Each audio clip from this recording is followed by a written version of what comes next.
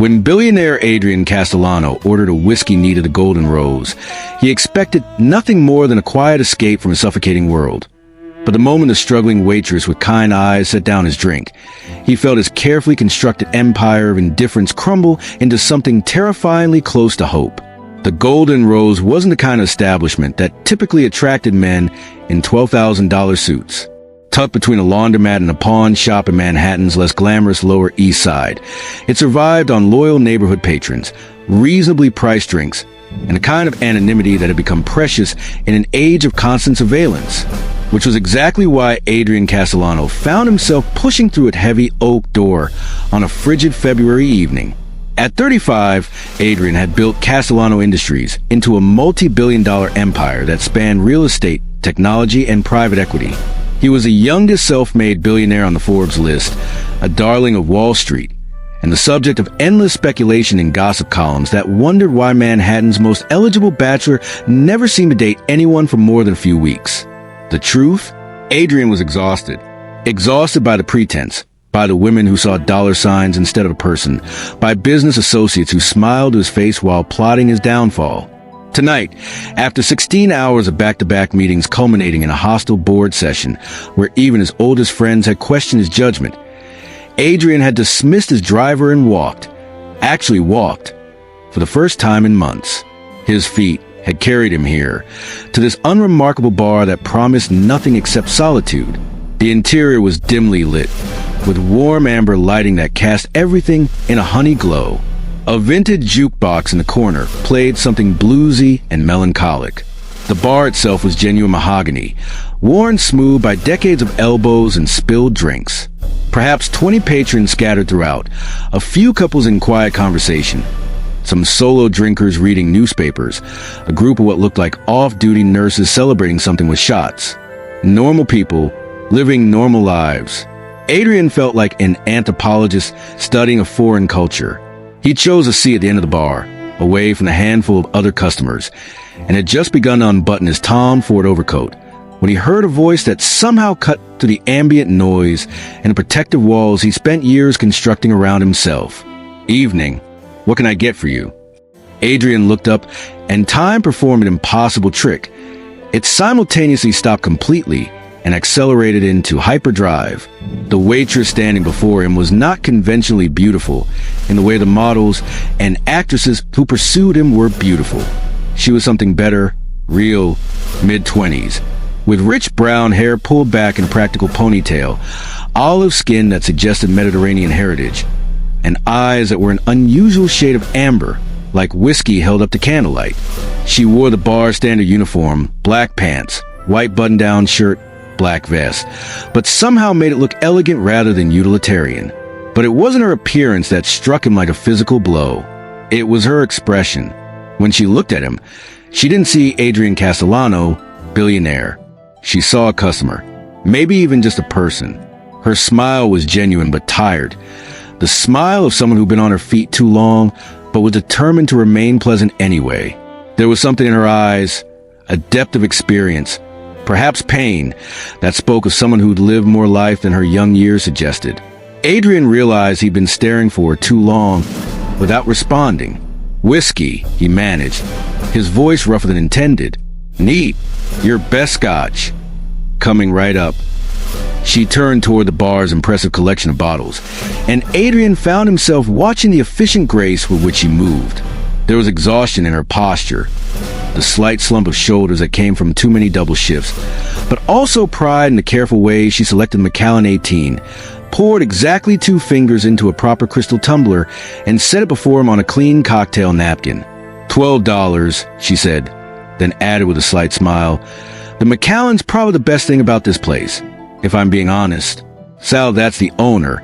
He's got expensive taste in scotch, even if he skimps on everything else." Adrian pulled out his wallet, extracted a $100 bill, and placed it on the bar. "Keep the change." She stared at the bill, then at him, her expression shifting from professional courtesy to something more guarded. "That's an $88 tip for pouring a drink. Either you're very drunk already, very generous, or you're expecting something that's not on the menu." The defensive edge in her voice was sharp, protective. She'd dealt with wealthy men before. Adrian realized men who thought money could buy anything. The thought made something dark and hot coil in his chest. Not quite anger, but something adjacent to it. Just generous, he said quietly, and appreciating good service. She studied him for a long moment, those amber eyes searching for ulterior motives. Whatever she saw or didn't see made her shoulders relax slightly.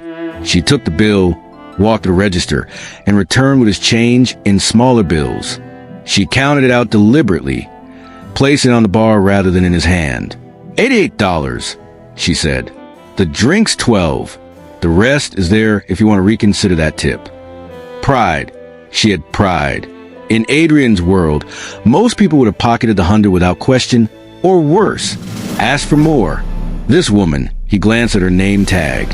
Sophia was offering him an out, protecting herself from obligation or debt.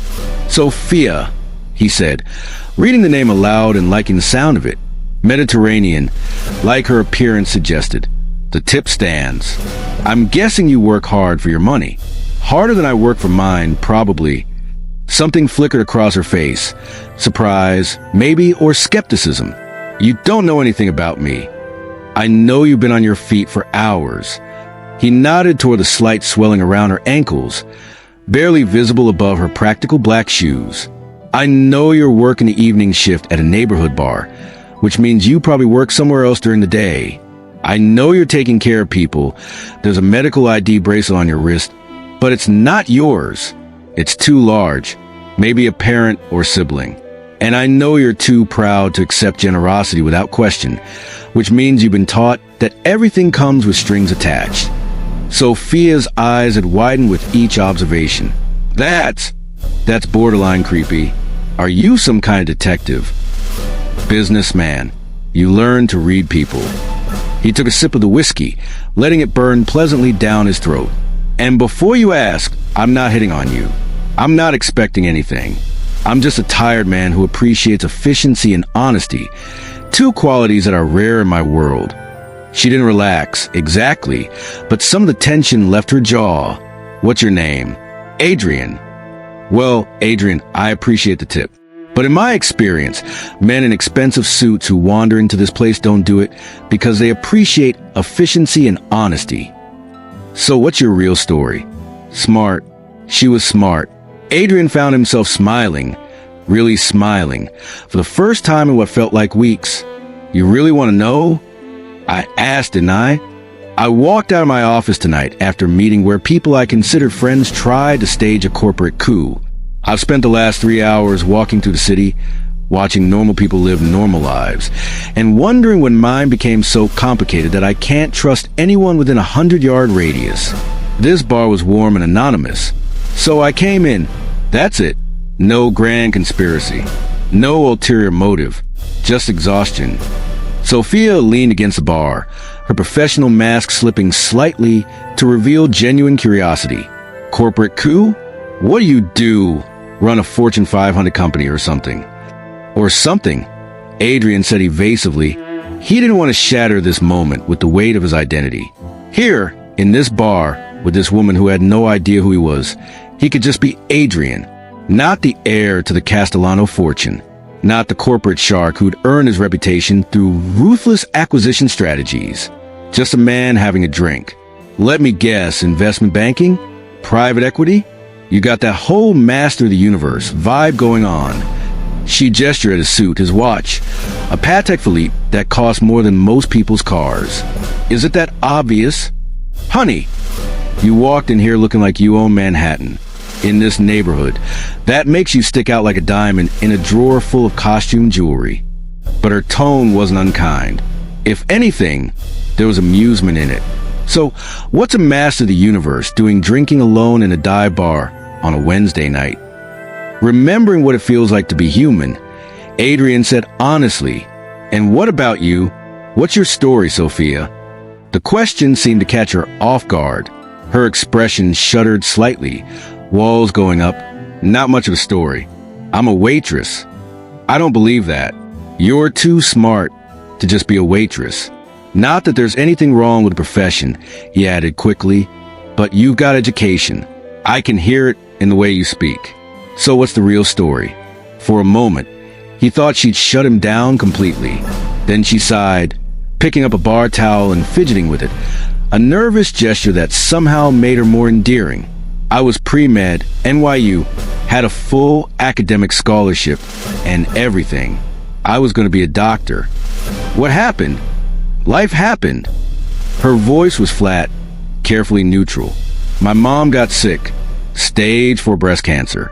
The treatments cost, well, more than we had. Insurance denied half the claims. I dropped out to take care of her and work enough jobs to pay the medical bills. Adrian felt something twist in his chest. I'm sorry. Don't be. I'd do it again in a heartbeat. Sophia's eyes met his, fierce and bright, with unshed tears. She was my mom. She gave up everything to give me a shot at a better life. The least I could do was be there for her at the end. She passed 8 months ago. Sophia's voice wavered slightly. Now I'm just trying to pay off the remaining debt, hence the 3 jobs. 3. Adrian couldn't keep the shock from his voice. You work 3 jobs. Breakfast waitress at a diner in Midtown, receptionist at a dental office in the afternoons, and here at night.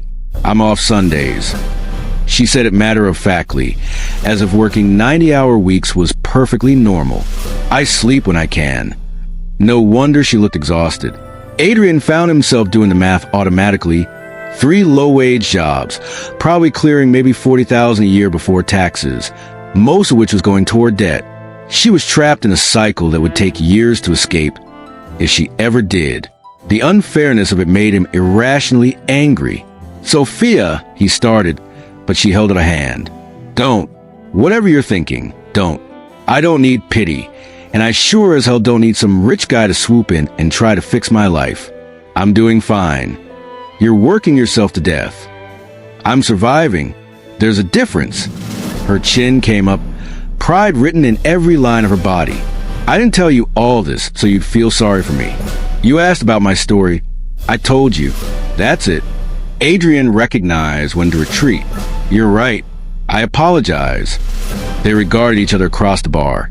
Him in a suit that cost more than her monthly rent, her in her uniform that she'd probably worn for 12 hours straight.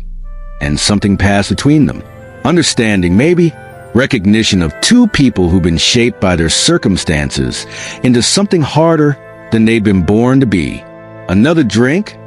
Sophia asked, breaking the moment. Please. As she poured, Adrian made a decision. He pulled out his phone, typed quickly, then set it aside as Sophia returned with his whiskey. Can I ask you something? He said. Depends on the question. When's the last time someone did something nice for you? Not because they wanted something, just because.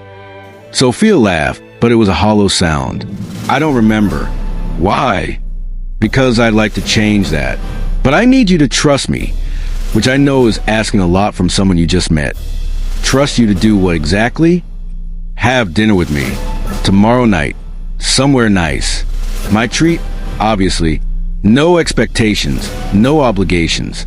Just 2 people sharing a meal and a conversation. You tell me more about your pre-med dreams. I'll tell you more about corporate coups. What do you say? Sophia stared at him like he'd sprouted a second head. You're asking me on a date? I'm asking you to dinner. If it turns into a date, that's up to you. Adrian, I don't even know your last name. Does it matter? She considered this. I guess not. But why me? You could have dinner with anyone. You could literally walk into any restaurant in this city and have women lining up. But I don't want dinner with them. I want dinner with you. Adrian couldn't quite explain it himself. This magnetic pull he felt toward this exhausted waitress with amber eyes and too much pride. You're the first person in months who's looked at me and seen just a person. Do you have any idea how rare that is? I think you might be romanticizing my complete ignorance of who you are. Maybe, or maybe you're exactly what I didn't know I was looking for. A customer at the other end of the bar signaled for service. Sophia glanced over, clearly torn between professional duty and this surreal conversation. I have to go. I'll be here when you're done. She hurried off to help the other customer, and Adrian watched her work. She was good at it, Efficient, pleasant, remembering orders without writing them down, making small talk that seemed genuine rather than forced. This was someone who cared about doing her job well, even when that job was just pouring drinks and taking orders. It was a quality Adrian had hired people to find in potential employees, paying consultants thousands of dollars to identify exactly this kind of work ethic. And here it was in a woman making minimum wage plus tips. When Sophia returned, she had her phone in hand. Okay, here's the deal. I Googled you while I was making those martinis. Adrian's heart sank. And you're Adrian Castellano, as in Castellano Industries, as in net worth of like $4 billion, as in you were on the cover of Fortune magazine last month. Does that change anything? It changes everything. Sophia's whisper was fierce, urgent. You can't ask me to dinner. We exist in completely different worlds. You date supermodels and heiresses. I serve them drinks when they slum it in places like this for Instagram content. I don't date supermodels and heiresses. I go to events with them because it's expected. There's a difference. The difference being, I've never wanted to have dinner with any of them. I want to have dinner with you. Sophia shook her head, but Adrian could see the war playing out behind her eyes. Practicality versus curiosity. Self-protection versus possibility. This is insane. You're insane. I'm insane for even considering it. Is that a yes? It's a... Maybe ask me again at the end of my shift, and we'll see if you still think this is a good idea. It was more than Adrian had hoped for. What time do you get off? 2 a.m. And before you offer to wait, don't. I'm serious. If you're still interested tomorrow after you've had time to sleep on this ridiculous idea, you can come back.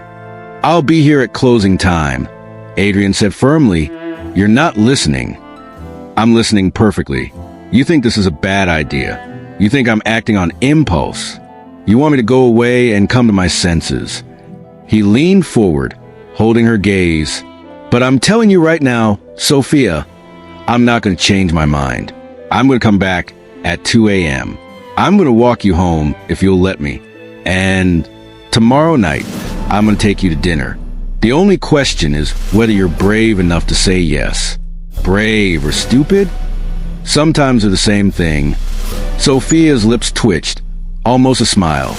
You're trouble, I can tell. The best kind, I promise. Promises from billionaires. That's definitely going to end well. But the sarcasm was softening. Humor creeping in around the edges. Fine, come back at closing if you really want to. But I'm not making any promises about dinner. Fair enough. Adrian finished his whiskey, left another $100 bill on the bar despite Sophia's protests, and stood to leave. At the door, he turned back to find her watching it with an expression he couldn't quite read. Confusion, curiosity, maybe something that looked like hope. Outside in the February cold, Adrian pulled out his phone and made several calls. His assistant, roused from sleep, took notes with the efficient competence he paid her extremely well for. His security team leader confirmed arrangements with a wary resignation on a man who knew his boss was about to do something unpredictable.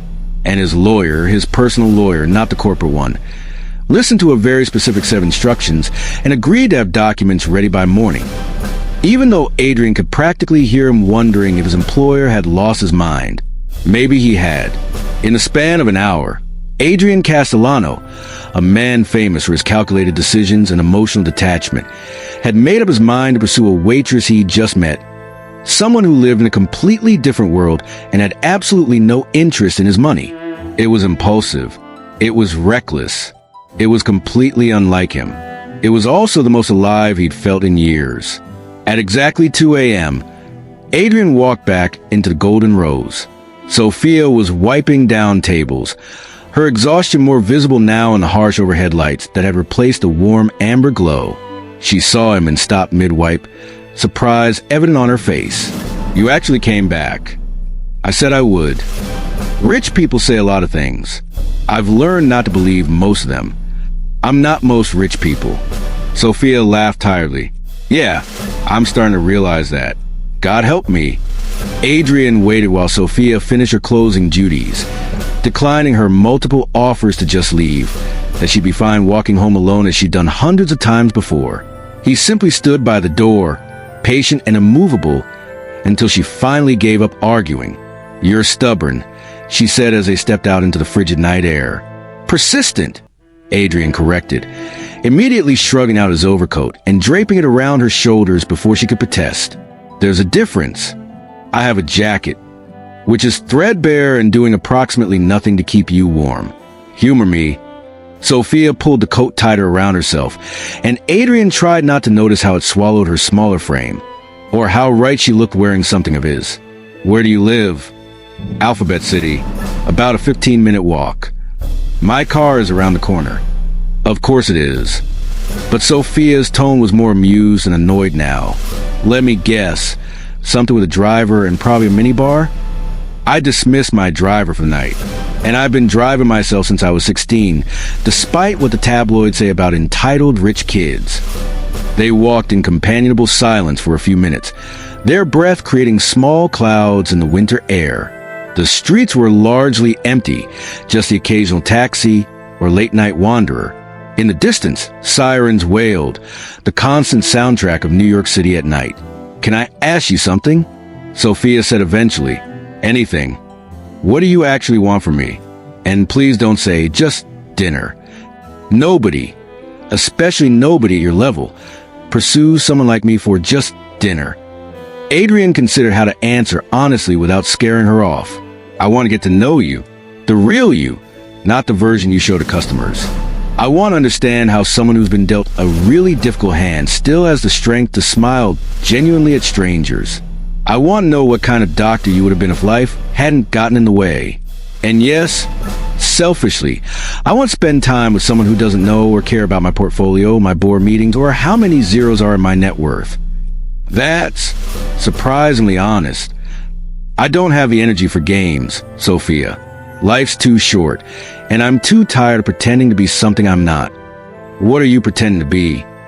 "Invincible, infallible, the kind of man who can make billion-dollar decisions without breaking a sweat." He paused. "The truth is, I'm exhausted. The business I built, the empire everyone thinks is so impressive, it's become a prison. I can't trust anyone because everyone wants something. Every conversation is calculated. Every interaction is transactional. And tonight, when my own board tried to vote me out of my own company, I realized I couldn't remember the last time I'd had a genuine human connection with anyone. And then you walked into a random bar. And then I walked into your bar." They'd reached his car, a sleek Mercedes S-Class in midnight blue, understated by Billionaire standards, but still worth more than Sophia probably made in 2 years. Adrian unlocked it and opened the passenger door for her. Sophia eyed the leather interior with obvious trepidation. "I'm going to get your fancy car all dirty. I smell like the bar." "I don't care. Get in before you freeze." Once they were both settled and the heated seats were working their magic, Sophia gave him her address. Adrian entered it into the GPS. Even though he'd already memorized the route from the information his security team had discreetly provided, as they drove through the mostly empty streets, Sophia's phone buzzed. She glanced at it and sighed. "Problem?" Adrian asked. "My roommate. She's asking if I'm okay because apparently I'm 10 minutes later than usual and she was about to call the police." "You have someone checking on you. That's good." "That's Melissa. She's a home healthcare nurse. Works nights usually, but she's on her day off. We've been roommates since college. She's..." Sophia paused. "She's basically the only family I have left. Tell her you're safe. Tell her you'll be home in 15 minutes. Sophia typed out a message, then turned to look at Adrian in the dim light from the dashboard. She wants to know who gave me a ride. And she's got a knife emoji, which is her way of saying she'll cut anyone who hurts me. Adrian couldn't help but smile. "I like her already. Tell her my name is Adrian, and my intentions are honorable. If I tell her your full name, she's going to Google you, freak out, and probably call the FBI. Is that a bad thing? It's a my roommate is very protective and has trust issues with rich people thing." Sophia's fingers flew over her phone. "Okay, I told her I'm safe. I'll be home soon, and I'll tell her everything when I get there." "Does everything include agreeing to have dinner with me tomorrow?" I haven't agreed to that yet. But you're considering it. Against every bit of common sense I possess, yes. They pulled up in front of a modest apartment building that had seen better decades. It wasn't terrible. The neighborhood was gentrifying, new developments visible even in the dark, but was a long way from the penthouses and townhouses Adrian was accustomed to. He put the car in park, but didn't unlock the doors yet. Sophia, I need to ask you something, and I need you to answer honestly. She tensed slightly. Okay, are you even remotely interested in me? Not my money, not what I could potentially do for you, just me. Because if this is pity or curiosity or anything other than genuine interest, tell me now. I can handle rejection. What I can't handle is someone pretending. Sophia was quiet for a long moment, and Adrian felt his heart rate accelerate in a way that no business deal had ever triggered. Finally, she turned to face him fully. I am interested, she admitted quietly. Which is probably stupid because we're from completely different worlds, and this is almost certainly going to end badly. But yes, when I look at you, I see someone who's lonely and tired, and maybe a little bit lost. And I recognize that because I'm all those things too. So yes, I'm interested, even though I shouldn't be. Relief flooded through Adrian so intensely it was almost physical. Tomorrow night, 7 p.m. I'll pick you up here. We're something comfortable. We're not going anywhere that requires fancy dress. Where are we going? It's a surprise. Do you trust me? I don't know you well enough to trust you. Fair point. Do you trust me enough to have dinner with me? Sophia worried her lower lip, a gesture Adrian was already learning meant she was weighing options. One dinner. If it's awful or awkward, or you turn out to be a secret serial killer, I'm calling Melissa and she will legitimately stab you. Understood. One dinner. My life in the hands of your roommate's knife skills. She laughed, really laughed, and the sound had summoned Adrian's chest that felt dangerously close to hope. You're strange. You know that, right? Billionaires aren't supposed to be whatever this is. What is this? Human, I guess. Normal. Self-deprecating. She reached for the door handle. Thanks for the ride. And for whatever tonight was. Sophia, Adrian called as she started to get out. She turned back. I want you to know something. Whatever happens tomorrow, whatever we become or don't become, you've already changed something for me. You reminded me why I built everything I built, not for the money or the power, but because I want to create something meaningful. I've forgotten that. So thank you. Sophia's eyes had gone soft, vulnerable. You're going to make me cry if you keep saying things like that. Sorry. Don't be... She hesitated, then leaned across the console and kissed his cheek. Quick and light, but enough to leave Adrian's skin tingling where her lips had touched. 7 p.m. tomorrow. Don't be late. Then she was gone, disappearing into her building with his coat still around her shoulders. Adrian watched until he saw lights come on in a fourth-floor window, then finally put the car in gear and headed toward his penthouse in Midtown. His phone buzzed immediately, his head of security. Sir, the surveillance team confirmed Ms. Reyes arrived safely at her residence. Thank you. Have them pull back for the night. I don't want her feeling watched. Sir, with respect, given the threats you've been receiving, I'm aware. Keep one car on the street, unmarked, just in case. But no close surveillance. Understood. Adrian ended the call and drove in silence, his mind replaying every moment of the evening. In the span of a few hours, his entire trajectory had shifted. That morning, he'd been contemplating selling his company and disappearing to some private island where board members and corporate raiders couldn't find him. Now he was planning a date with a waitress who'd looked at him and seen not a billionaire, but a tired man who needed someone to be genuine with. His phone buzzed again, this time a text from an unknown number. This is Melissa, Sophia's roommate.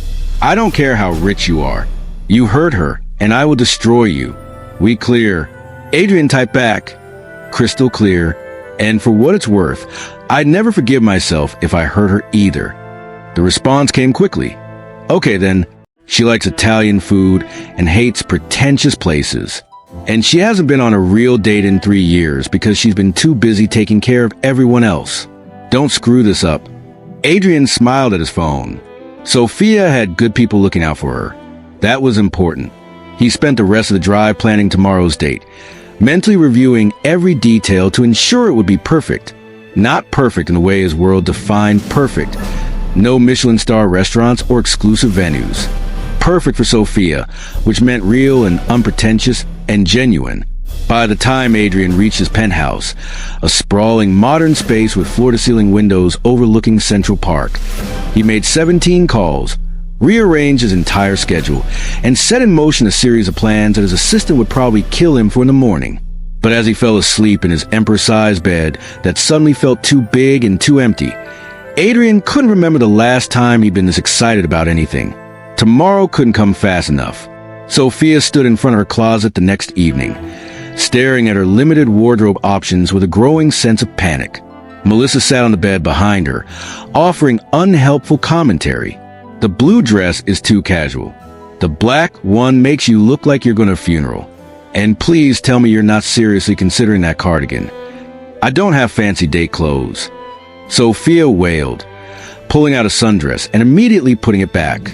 Everything I own is either work uniforms or sweats. Why did I say yes to this? Because Adrian Castellano looked at you like you hung the moon, and you're a human woman with working eyes who noticed he's stupid hot? Sophia threw a sock at her. Not helpful. Okay. Melissa stood and started going through the closet herself. What did he say to wear? Something comfortable, nothing fancy. So he's not taking you to Per Southeast or 11 Madison Park. Good. Those places are pretentious, as hell anyway. Melissa pulled out a soft green dress Sophia had forgotten she owned, a gift from her mother before she got sick. This, with your brown boots and that leather jacket, I got you for Christmas. That dress is years old. It's classic, and it brings out your eyes. Trust me. Melissa thrusted at her. Now shower. You smell like bar. 45 minutes later, Sophia had to admit Melissa had been right. The dress hit just above her knees, the green fabric bringing out the amber in her eyes. With her hair down in loose waves and minimal makeup, she looked pretty. Not glamorous, not model perfect, but authentically herself. You're going to knock him dead, Melissa said approvingly. Then her expression turned serious. But seriously, Soph, are you sure about this? I did some digging. Adrian Castellano is legitimately one of the richest men in New York. He's been linked to actresses, models, European princesses. And you're a waitress with student debt and zero social cachet. I know. Sophia sighed. I'm not expecting this to be anything, Mel. It's just dinner. He'll probably realize halfway through that we have nothing in common, and that'll be that. Or, Melissa countered, he'll realize you're amazing and fall hopelessly in love with you. That only happens in movies. Maybe, but humor me and take this. Melissa handed Sophia a small canister of pepper spray, just in case Prince Charming turns out to be a creep. You're paranoid. I prefer cautiously optimistic. The buzzer rang, making both women jump. That's him. You okay? Sophia's hands were shaking slightly, terrified, but okay. She grabbed her jacket and bag, took a deep breath, and headed downstairs. Through the building's front door, she could see Adrian standing next to his car, but not the Mercedes from last night. This was something smaller, older, more anonymous. He was wearing jeans, a dark sweater, and a leather jacket, looking less like a billionaire and more like a normal person. When he saw her, his face lit up in a way that made Sophia's stomach flip. Hi, she said, suddenly shy. Hi yourself. You look beautiful. You look different. Normal. Adrian laughed. I'm taking that as a compliment. Come on, we got reservations. He opened the passenger door for her, and Sophia slid into what appeared to be a Jeep of some kind. This isn't your Mercedes.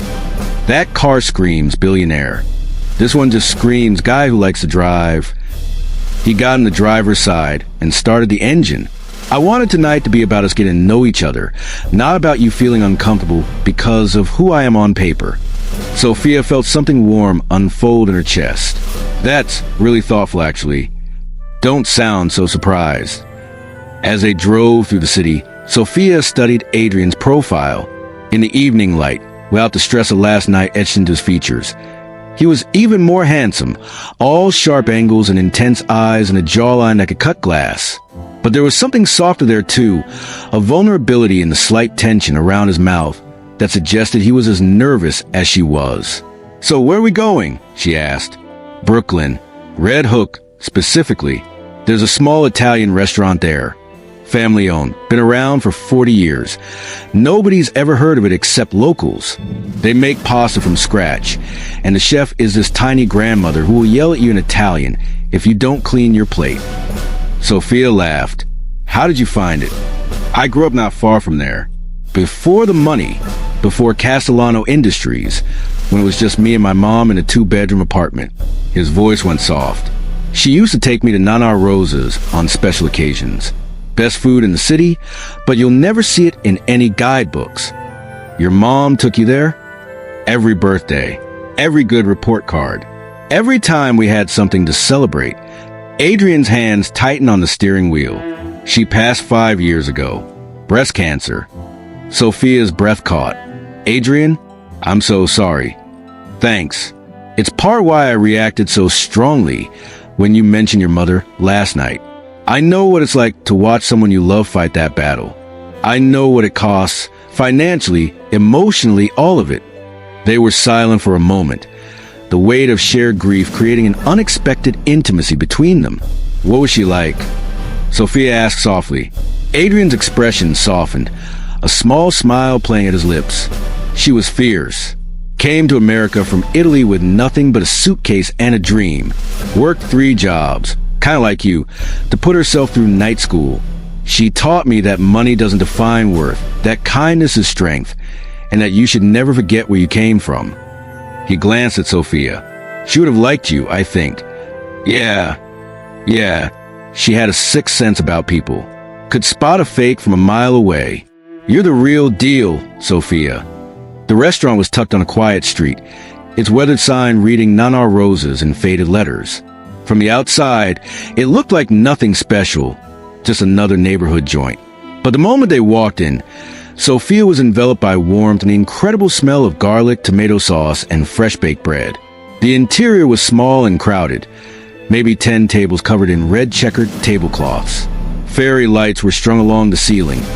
Photographs of Italy covered the walls. An opera played softly from a vintage radio in the corner. An elderly woman appeared from the kitchen, wiping her hands on her apron.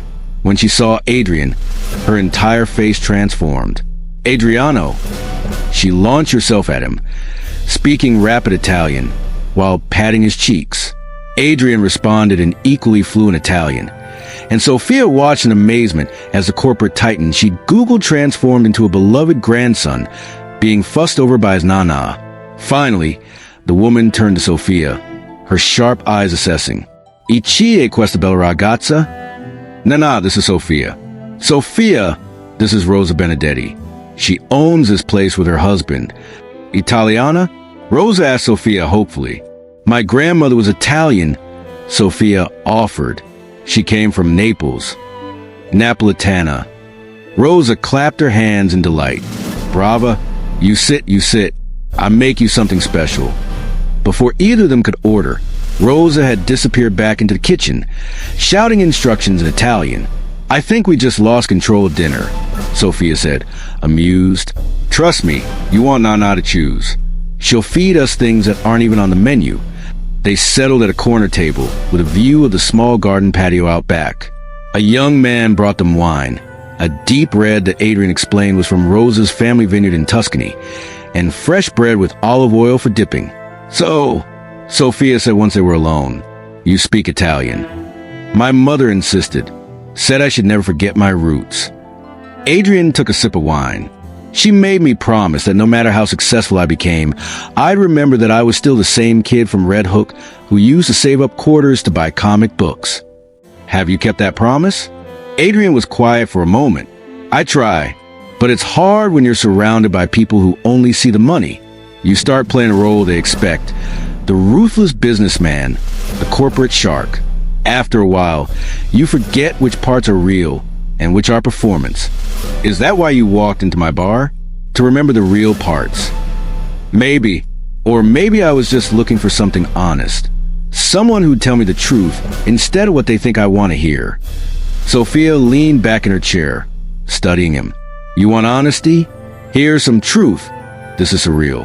Yesterday, I was serving drinks to men who'd never look at me twice. Today I'm having dinner with one of the richest men in New York, and he's actually nice. It's making my head spin. Good spin or bad spin? I'm still deciding. Their first course arrived, and a pasty with prosciutto, fresh mozzarella, roasted peppers, and olives. As they ate, the conversation flowed more easily. Adrian asked about her time at NYU, what had drawn her to medicine. I wanted to help people, Sophia explained, twirling a pepper on her fork. I know that sounds idealistic, but I grew up watching my mom work herself to exhaustion to provide for us. She was a home health aide, took care of elderly patients. She'd come home every day with stories about them, treating them like family. I want to do something similar, but with more ability to actually heal people, not just make them comfortable. Do you still want that? To be a doctor? Sophia's expression went distant, sad. Sometimes I let myself dream about going back, finishing my degree, but then I wake up and remember I owe $70,000 in medical bills and another $40,000 in student loans. It's just a dream. What if it didn't have to be? Sophia's eyes snapped to his. Don't what? Don't offer to pay my debt or solve my problems with money. I told you I don't want pity. It's not pity, Adrian said carefully, but I do want to understand something. If money wasn't an obstacle, what would you do with your life? Sophia considered this. I go back to school, finish my pre-med degree, apply to medical school, become the kind of doctor who actually listens to patients instead of rushing them through appointments. Maybe work in underserved communities where people can't afford fancy hospitals. She laughed self-consciously. See? Hopelessly idealistic. It's not hopeless if it's genuine. And it's not idealistic to want to help people. Their entrees arrived, handmade ravioli and brown butter sage sauce for Sophia, osso buco for Adrian. And the food was so incredible that conversation paused while they savored their first bites. Oh my God, Sophia moaned. This is the best thing I've ever tasted. Adrian grinned. Told you, Nana doesn't mess around. They ate and talked, the conversation ranging from childhood memories to favorite books to their mutual love of old movies. Sophia learned that Adrian was an insomniac who often worked until 3 a.m., that he taught himself to code when he was 12, and that he built his first company, a website design business, while still in high school.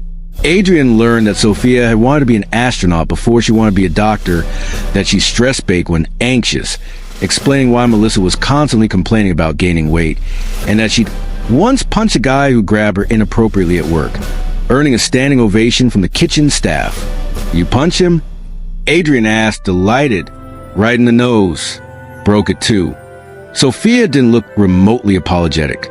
My dad taught me to fight before he left. Said I needed to be able to protect myself. Only useful thing he ever gave me. Your father left? When I was 10. Just walked out one day and never came back. We found out later he'd started a whole new family in New Jersey. She shrugged. It was hard on my mom. She never dated again, just focused on raising me. She sounds like an amazing woman. She really was. Sophia's eyes went shiny with tears. Sorry, I don't usually. Hey! Adrian reached across the table and took her hand. Don't apologize. She's worth remembering, worth honoring. Sophia squeezed his hand, and something passed between them. Understanding, connection, the recognition of two people who both lost mothers too soon and carried that grief like a stone in their chest. Rose appeared with dessert, tiramisu and homemade gelato, along with espresso in tiny cups. She said something in Italian to Adrian that made him blush, then winked at Sophia before disappearing back to the kitchen. What did she say? Sophia asked. She said, you have kind eyes and I better not let you get away. Subtle. Nana has never been subtle in her life. The tiramisu was perfect, light and creamy with just the right amount of coffee flavor. They shared it, their spoons occasionally clashing over the last bites, laughing like teenagers instead of two adults on a first date. I should probably confess something, Adrian said as they finished their espresso. Sophia's stomach dropped. Oh, God, you're married, or engaged, or you're actually a serial killer, and I'm about to become a Dateline episode. What? No. Adrian laughed. Nothing like that. I haven't been on a real date in probably 5 years. Everything in my world is so orchestrated. Business dinners disguised as dates, charity galas where I'm expected to bring someone photogenic. This, he gestured between them, this is the first time I've actually wanted to get to know someone. So I'm your first real date in 5 years? Yes. Is that weird? It's weird that someone who looks like you and has your money hasn't been on a real date in 5 years. Looks and money don't matter if people only see those things. You're the first person in a long time who looked past all that. To be fair, I didn't know who you were when we met. Exactly. You saw me, not my portfolio. Do you have any idea how rare that is? Sophia understood what he was saying, but it also made her acutely aware of the vast differences between their worlds. Adrian, I need to be honest with you. I'm scared. Of what? Of this. Of you. Of the fact that I'm having the best date of my life with someone who could literally buy and sell my entire existence without blinking. What happens when this night ends and you go back to your world and I go back to mine? What happens when you realize I don't fit into your life? Adrian paid the check, though Rosa tried to refuse, insisting everything was on the house, and stood, offering Sophia his hand. Come with me. I want to show you something. They walked from the restaurant to the waterfront, where the Manhattan skyline glittered across the harbor. The night was cold but clear, stars visible despite the city lights. Adrian led her to a bench overlooking the water. You see that building? He pointed to a gleaming skyscraper in the financial district. That's Castellano Tower, my headquarters. 47 stories of steel and glass and corporate power. It's worth about $3 billion. Sophia nodded, not sure where this was going. And you see that? He pointed to a rundown apartment building a few blocks away. That's where I grew up. 4th floor, corner unit. The building's probably worth $500,000 if someone gutted it and renovated. Adrian, I'm not finished. Everyone thinks I was born into money, that I had some silver spoon childhood. The truth is, my father was a construction worker who died in an accident when I was 8. My mother cleaned houses and waited tables, just like you, to keep a roof over our heads.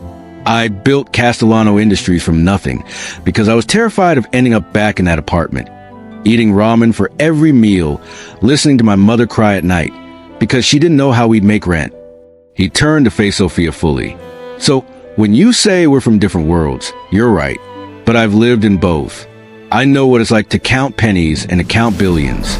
And I'm telling you right now that I've never felt more myself than I do when I'm with you. You make me remember why I worked so hard. Not for money itself, but for the freedom to choose. The freedom to walk away from board members who want to use me. The freedom to have dinner with a beautiful woman who makes me laugh and challenges me and looks at me like I'm just Adrian, not the CEO of anything. Sophia felt tears threatening. That's a really good speech. It's the truth. And here's another truth. I know this is fast. I know we barely know each other. But I want to keep knowing you, Sophia. I want to hear about your terrible customers and your roommate's overprotective knife skills and your dream of being a doctor. I want to introduce you to my world. And I want you to show me yours. I want to find out if this thing between us is real or just a moment of connection between two lonely people. And if it's just a moment, then we'll have had one beautiful night. But what if it's not? What if it's the beginning of something incredible? Sophia looked at him, this man who commanded billions but was sitting on a bench in Red Hook looking at her like she was precious, and made a decision. Okay, let's find out. Let's see if this is real. She took a shaky breath. But I need you to promise me something. Anything. If this becomes too much, if you realize I don't fit, or I'm too complicated, or the differences are too big, you tell me. Honestly. Don't string me along out of pity or guilt or whatever. I can handle rejection. What I can't handle is false hope. Adrian cupped her face in his hands, his touch gentle. I promise. Honest communication. even when it's hard. Deal. Deal. He kissed her then, softly at first, questioning, giving her room to pull away. But Sophia leaned in instead, her hands fisting in his sweater, and the kiss deepened into something that made her toes curl and her heart race. He tasted like espresso and something uniquely him, and Sophia felt like she was falling even though she was sitting down. When they finally broke apart, both breathing hard, Adrian rested his forehead against hers. "I should probably take you home before I forget I'm supposed to be a gentleman." Sophia laughed, slightly breathless. Probably a good idea. The drive back to her apartment was quiet but comfortable, their hands linked on the console between them. When Adrian pulled up to her building, he walked her to the door. "Thank you," Sophia said, "for tonight, for Nana roses, for everything. Thank you for saying yes." Adrian kissed her forehead. "Can I see you tomorrow? I work all 3 jobs tomorrow. I don't get off until midnight. Then I'll pick you up at midnight." "Adrian, that's not negotiable. I'll pick you up at midnight. We'll get late night coffee. Or just drive around. I don't care what we do as long as I get to see you." Sophia should have protested. Should have insisted she needed sleep. Should have maintained some kind of boundary. Instead, she heard herself saying, "Okay, midnight at the Golden Rose. I'll be there." She watched him drive away, then practically floated up to her apartment, where Melissa was waiting with barely contained excitement. "So, how is it? Did he kiss you? Are you getting married? Can I be your bridesmaid?" Sophia laughed and threw herself on the couch. "It was perfect. He was perfect. And yes, he kissed me. And I think I'm in serious trouble because I'm already falling for him." "Oh, honey." Melissa sat beside her, pulling her into a hug. "That's wonderful and terrifying. I know. What am I doing, Mel? He's a billionaire.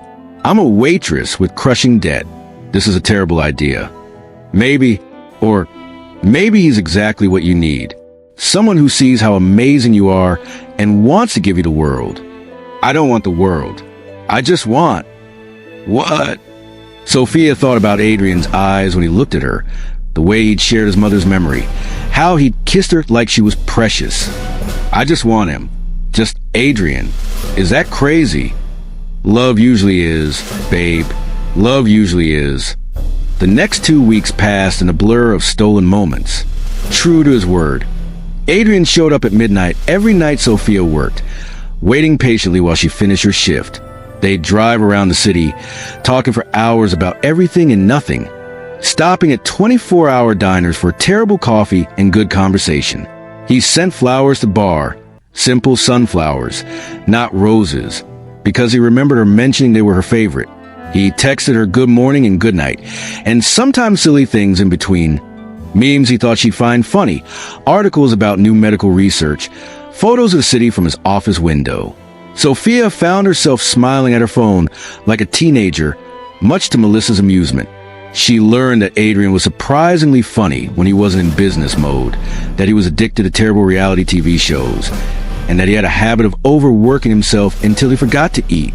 In turn, Adrian learned Sophia's tells, how she bit her lip when nervous, twisted her hair when thinking, and got a little line between her eyebrows when someone was being difficult at work. He learned that she loved thunderstorms, hated mornings, and had a secret talent for card tricks her father had taught her before he left. But they also couldn't escape the reality of their situation. The press had caught wind of Adrian's mystery woman, and paparazzi had started following him. Sophia found her photo plastered across gossip sites with headlines like "Billionaire's Secret Romance" and "Who is Adrian Castellano's new girl?" The attention was overwhelming. Sophia wasn't prepared for strangers recognizing her, for invasive questions about her relationship, for having her entire life scrutinized by people who didn't know her. It came to a head one evening when Sophia arrived at the Golden Rose for her shift to find a dozen photographers camped outside. They swarmed her the moment she approached, shouting questions, cameras flashing. "Sophia, how long have you been dating Adrian Castellano? Is it true you're only with him for his money? What does it feel like dating a billionaire?" Sophia pushed through them, heart pounding, and barely made it inside before she started shaking. "Sal, the bar's owner, immediately ushered her into his office. "You okay, kid?" His gruff voice was concerned. "I don't know. This is insane. They were at my apartment building this morning, too. How did they even find me?" "You're dating one of the richest men in the city. Of course they found you." Sal sighed. "Look, I hate to do this, but the paparazzi are bad for business. Regular customers are complaining.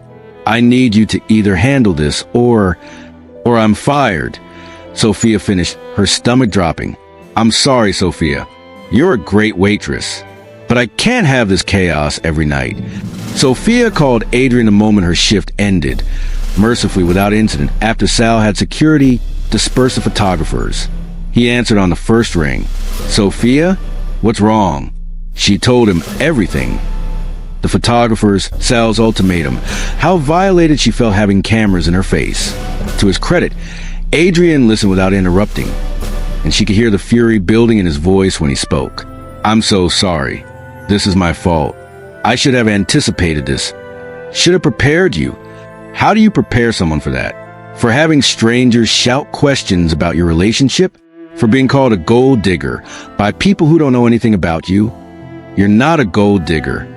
I know that. You know that. But the entire internet has opinions about me now, and they're not kind. Sophia's voice broke. "Adrian, I don't know if I can do this. The attention, the scrutiny, it's too much." There was a long silence. Then, "Where are you?" "Still at the bar." "Stay there. I'm coming." "Adrian." But he'd already hung up. 20 minutes later, his Mercedes pulled up outside, and Adrian strode into the Golden Rose, looking like he was ready to go to war. Sal took one look at his expression, and wisely found somewhere else to be. "Pack up," Adrian told Sophia. "You're coming with me. I can't just leave." Sal already said the paparazzi are a problem, so we're going to eliminate the problem. "Pack up, now." Sophia had never heard that tone from him, commanding, brooking no argument. It should have annoyed her, but instead, she found it oddly comforting. Someone else taking charge, making decisions, so she didn't have to. She grabbed her things, and Adrian wrapped an arm around her, shielding her from the few photographers who'd stuck around. His security team, when they arrived, formed a barrier, and within minutes, they were in his car speeding away. "Where are we going?" Sophia asked. "My place. We need to talk, and we need privacy to do it." Adrian's penthouse was everything Sophia had imagined, and nothing like it. Yes, it was huge and luxurious, with stunning views of Central Park. But it was also surprisingly lived in, with books scattered on tables, a guitar in the corner, and photographs, actual printed photographs, covering one entire wall. Pictures of his mother, of a younger Adrian at various ages, of people and places that clearly meant something to him. "I know it a lot," Adrian said, watching her take it in. "But it's home." He guided her to the living room, poured them both wine, and sat beside her on the couch. "Sophia, I need to apologize. I got swept up in how I felt about you, and didn't stop to consider what dating me would actually mean for your life. The media attention, the scrutiny, the invasion of privacy, that's my normal, but it shouldn't have to be yours." "It caught me off guard," Sophia admitted. "I knew you were famous, obviously, but knowing it intellectually and having cameras in your face are very different things. I can make it stop." "How?" "I have a publicist. A very good one. She can release a statement, kill the story, make you invisible to the press again. They'll move on to the next scandal, and your life will go back to normal." Sophia's chest tightened. "And us?" Adrian's jaw worked. "That depends on you. We could keep seeing each other quietly, secretly. No public appearances, no photos, no confirming anything. You'd have your privacy back. But I don't want to hide you, Sophia. I don't want to pretend you don't matter to me. I want to take you to dinner, without worrying about photographers. I want to hold your hand in public. I want to introduce you to my friends and colleagues, and show the world that I'm with you because you're incredible, not because of some business advantage or social climbing. Those are two very different paths. I know, and I'm telling you right now, the choice is yours. I will support whatever you decide. If you want privacy, we'll find a way. If you want out completely, I'll understand that too. Sophia looked at him, really looked at him. She saw the exhaustion in his eyes, the tension in his shoulders, the way his hands were clenched as if bracing for her to walk away. And she realized something. He was as scared as she was. Scared of losing her. Scared of hurting her. Scared of the impossibility of their situation. "I don't want to hide," she said quietly, "but I also don't want to lose myself in your world. I'm not a socialite or a model or someone who knows how to handle that level of attention. I'm just Sophia. That's all I need you to be." "Is it though? Because eventually you'll have to bring me to events. I'll have to meet your friends and business associates. And they're going to look at me and wonder what a waitress is doing with Adrian Castellano. They're going to think I'm after your money, or I'm some kind of Cinderella story you'll get bored of." Adrian moved closer, taking her hands in his. Then we proved them wrong. Together. "Sophia, I'm not asking you to change who you are. I'm asking you to let me show you my world while you show me yours. I want to meet Melissa properly. I want to see where you work. All 3 jobs. I want to understand your life the way I'm hoping you'll understand mine. Your world is intimidating. So is yours. Do you think it's easy for me to watch you work yourself to exhaustion? To know you're struggling while I have more money than I could spend in 10 lifetimes? Do you think I'm not terrified every day that you'll wake up and realize you don't need the complication of being with me? You're scared? Of what? Of not being enough. Of being too much. Of my money and fame. And all the baggage I come with being the reason you walk away." His voice dropped to almost a whisper. "I'm falling in love with you, Sophia. I know it's fast and probably crazy, but it's the truth. And that scares me more than any business deal or hostile takeover ever has." Sophia felt tears streaming down her face. "I'm falling in love with you too, which is why this is so hard. Because I don't know how to be Sophia the waitress and Sophia, the billionaire's girlfriend, at the same time. I don't know how to navigate your world without losing myself. Then let's figure out together. No more surprises. No more assuming. We communicate. We compromise. We build something that works for both of us." Adrian wiped her tears away with his thumbs. "I'll handle the press. I'll hire security if you need it. I'll make sure you feel safe. And in return, all I ask is that you don't give up on us yet. Please." Sophia looked into his eyes, those intense, stormy eyes that had captivated her from the first moment, and made her decision. "Okay, but I need you to do something for me. Anything. Tomorrow, you come to my world. All day, you shadow me through my 3 jobs. You see what my life actually looks like. And then, if you still want this, if you still think we can make it work, I'll try. Really try. Deal." Adrian's smile was relieved, almost giddy. "Deal. What time should I pick you up?" 5 a.m. My breakfast shift starts at 5:30. His smile faltered. 5 in the morning? "Welcome to my world, Billionaire. Hope you're ready for it." Adrian's alarm went off at 4:15 a.m., and for a brief, disoriented moment, he wondered if he'd somehow traveled back to his college days when such hours were semi-normal. Then he remembered Sophia, shadowing her through her 3 jobs, experiencing her world. He rolled out of bed, showered quickly, and dressed in jeans and a plain sweater, the most casual outfit he'd worn in years. By 4:45, he was in his car heading towards Sophia's apartment. Try to remember the last time he'd been awake this early without having flown in from another time zone. Sophia was waiting outside, looking somehow put together despite the ungodly hour. She climbed into the passenger seat with a travel mug of coffee and an amused expression. "You actually showed up. You doubted me? A little. Most people don't voluntarily wake up at 4 a.m. Most people don't work 3 jobs. Lead the way." The diner where Sophia worked her breakfast shift was in Midtown, a 24-hour place called Rosie's that catered to everyone from clubgoers ending their nights to early morning commuters starting their days. The fluorescent lighting was harsh, the decor dated, and the smell of bacon grease hung heavy in the air.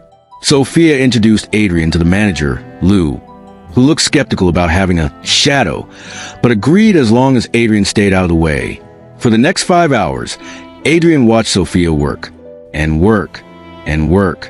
She moved with practiced efficiency, taking orders from a dozen tables simultaneously, remembering modifications and preferences without writing them down, delivering food that was hot and exactly what was ordered. She handled difficult customers with grace. The businessman who snapped his fingers at her, the drunk who tried to grab her hand, the woman who sent her eggs back 3 times claiming they weren't exactly scrambled enough. Through it all, Sophia smiled. She joked with regulars, asked after someone's sick mother, complimented a little girl's stuffed animal. She made minimum wage plus tips, and every single dollar of those tips was earned through sheer determination and performance. By the time her shift ended at 10:30, Adrian's feet hurt from just standing and watching. Sophia, meanwhile, simply grabbed her bag, chugged some water, and headed for the door. Next stop, Dr. Patel's dental office. I'm the receptionist from 11 to 4. They caught the subway. Adrian's first time on public transit in probably 5 years, and emerged in Queens. The dental office was small but clean, and Dr. Patel was a cheerful man in his 60s who clearly adored Sophia. Sophia makes this place run, he told Adrian while Sophia was handling a patient check-in. Best receptionist I've ever had. Reliable, smart, good with nervous patients. I keep trying to give her a raise, but she insists I save the money for the clinic's new equipment fund. Adrian filed that information away. Sophia turning down more money so a small dental practice could upgrade their equipment. Of course she did. He watched her handle insurance calls with patience that he could never muster, calm down a child having a meltdown about his upcoming filling, and manage the schedule like a master strategist. She was overqualified for this job.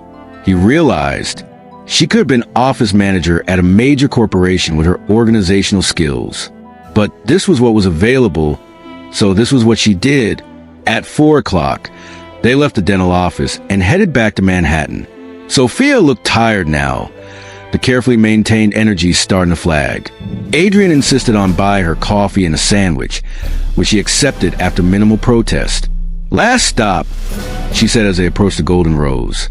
You've already seen this one, but now you get to see a full shift. The bar was much different in the late afternoon than it had been at night. Day drinkers occupied most of the seats. Older men reading papers. A few construction workers from a nearby site. Someone who might have been a writer working on a laptop. Sophia clocked in, tied on her apron, and dove into the work. Adrian sat at the end of the bar and watched as Sophia served drinks, cleared tables, ran food from the kitchen, and handled the constant stream of customers with the same grace she'd shown all day. He saw her wince when she bent to pick up something that had fallen, noticed the way she rubbed her lower back during brief lulls. By 9 p.m., 16 hours after she started her day, Adrian had seen enough. When Sophia came to check on him for probably the 20th time, he stood. I need to talk to Sal, he said. Why? Because I'm buying this bar. Sophia's eyes went wide. You're what? I'm buying it.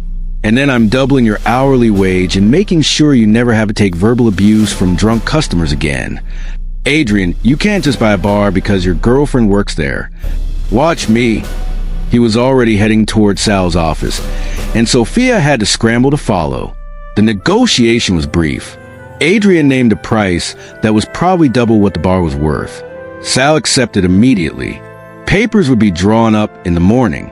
The sale would be finalized within a week. You're insane, Sophia said as they left the bar. She convinced Sal to let her off early, claiming an emergency. Completely insane.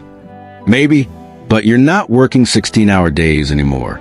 We're going to hire more staff, upgrade the equipment, increase everyone's wages. This place has potential. It just needs investment. Is this you trying to rescue me? Because I told you I don't need rescuing. Adrian stopped walking and turned to face her. The street was quiet, just the two of them under a streetlight. This isn't rescue, Sophia. This is me seeing the woman I love work herself to death and doing something about it. You can keep all 3 jobs if you want. Or you can quit 1 or 2. Or you can keep working at the bar, but in better conditions with better pay. Your choice. Always your choice. Sophia stared at him for a long moment. Then, to his surprise, she started laughing, deep genuine laughter that made her double over. "You bought a bar," she managed between giggles. "You actually bought a bar." "I did," Adrian confirmed, starting to smile himself. "Is that funny? It's ridiculous. It's the most over-the-top, dramatic thing anyone has ever done for me." She straightened, wiping tears from her eyes. "You're like a romance novel hero. Do you know that? You swoop in and solve problems with money and grand gestures. Is that a bad thing? I don't know yet. Ask me tomorrow when I'm less exhausted and can think straight." She swayed slightly, and Adrian caught her elbow. "Come on, you're dead on your feet. I'm taking you home." "Your home or mine?" "Yours. You need real sleep in your own bed." But when they reached her apartment, Sophia turned him at the door. "Come up. Melissa's at work. We can talk without her threatening you with sharp objects." "Are you sure?" "I'm sure." Sophia's apartment was small, a one-bedroom that she and Melissa had converted into a two-bedroom by hanging a curtain to divide the living room. It was cramped but cozy, with mismatched furniture and photographs covering every available surface. Books were stacked everywhere, medical textbooks mixed with novels, and a corkboard held what looked like a detailed budget spreadsheet covered in highlighter marks. "It's not much," Sophia said, suddenly self-conscious. "It's you," Adrian replied. "That makes it perfect." They settled on the small couch, Sophia's exhaustion evident in every line of her body. Adrian pulled her against him, and she went without protest, her head resting on his chest. "Today was enlightening," he said softly, running his fingers through her hair. "Enlightening how?" "I knew you worked hard. I didn't know you worked that hard. 16-hour days, Sophia. How long have you been doing that?" "About 8 months, since Mom died, and I had to start making real progress on the debt." "And how long were you planning to keep it up?" "However long it takes." Adrian felt something tighten in his chest. "It's going to kill you. You know that, right? The human body can't sustain that indefinitely." "I don't have a choice." "You do now. I'm going to pay off your debt." Sophia tensed against him. "No, Sophia. No." She sat up, putting distance between them. "Adrian, I appreciate the gesture. I really do. But I can't let you pay off my debt. It's over $100,000. That's an insane amount of money." "It's nothing to me," Adrian said, keeping his voice gentle. "Sophia, I make more than that in interest every single day. I could pay off your entire debt, and it wouldn't even register as a blip in my accounts. That's exactly why I can't accept it. Don't you see? If you pay off my debt, I'll owe you. Maybe not legally, but emotionally. There'll always be this imbalance between us. I'll always be the woman you rescued, and you'll always be the man who saved me. That's not a relationship. That's a power dynamic I can't live with." Adrian ran his hand through his hair, frustrated. "What if I don't see it that way? What if I see it as removing an obstacle that's keeping you from being happy and healthy? But I didn't ask you to remove that obstacle. It's my burden to carry." "It doesn't have to be." "Yes, it does." Sophia stood now, pacing the small living room. "Adrian, I've spent my entire adult life taking care of myself. I put myself through college. I took care of my mom. I'm handling my debt. That's who I am, someone who solved her own problems. If you take that away from me, if you swoop in and fix everything with your money, then who am I? Just another person in your orbit being taken care of." Adrian stood too, catching her hands to stop her pacing. "You could never be just another person. And this isn't about taking away your independence. This is about me loving you enough to want to ease your burden. But I'm not your burden to ease. You're the woman I love.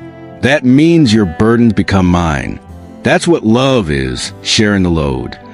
Sophia's eyes were bright with tears. "And what do I share with you? What can I possibly offer you that you don't already have? Are you serious right now?" Adrian's voice rose with frustration. "Sophia, you've given me more in 2 weeks than anyone has in years. You've given me honesty, authenticity, someone who sees me as a person instead of a bank account. You reminded me why I'm human, and not just a corporate machine. You think I don't need that? You think that's worthless. It's not the same as $100,000. It's worth more. Adrian cupped her face in his hands, forcing her to meet his eyes. I'm going to tell you something, and I need you to really hear me. I've dated women who wanted my money, who wanted my name, my status, my connections. They brought nothing to the table except their looks and their social climbing. I was nothing more than a means to an end for them. But you challenge me. You make me think. You call me out when I'm being an ass. You showed me your world today, and it humbled me in ways I needed to be humbled. That's not nothing, Sophia. That's everything. I'm still not letting you pay my debt, she said, but her voice had lost some of its edge. Okay, then let me propose a compromise. I'm listening. The bar sale is happening. That's non-negotiable. I've already shaken hands with Sal, and my lawyers are drawing up contracts. But instead of doubling your hourly wage, what if I pay you a salary as the bar manager? A real salary, market rate for someone managing a small business in Manhattan. You'd still be working, still earning the money yourself, but under better conditions with better pay. That's not charity. That's a legitimate job offer. Sophia narrowed her eyes. What's market rate for a bar manager? $60,000 a year, give or take. Her eyes widened. That's more than I make at all 3 jobs combined. Exactly. You'd be able to quit the diner and the dental office. You'd work one job with reasonable hours at a significantly higher wage. You'd still be taking care of yourself, still maintaining your independence, but you wouldn't be destroying your health in the process. Fair. Sophia bit her lip, clearly warring with herself. You're very good at negotiating. I'm a billionaire. It's kind of my thing. He tucked a strand of hair behind her ear. Sophia, I'm not trying to save you or control you or take away your independence. I'm trying to love you in a way that doesn't require you to suffer needlessly. There's a difference. $60,000 a year, plus health insurance, paid vacation, and a retirement plan. You're serious. Completely serious. You'd be a real employee of Castellano Hospitality Group. Yes, I'm creating a hospitality division just for this. Everything legitimate and above board.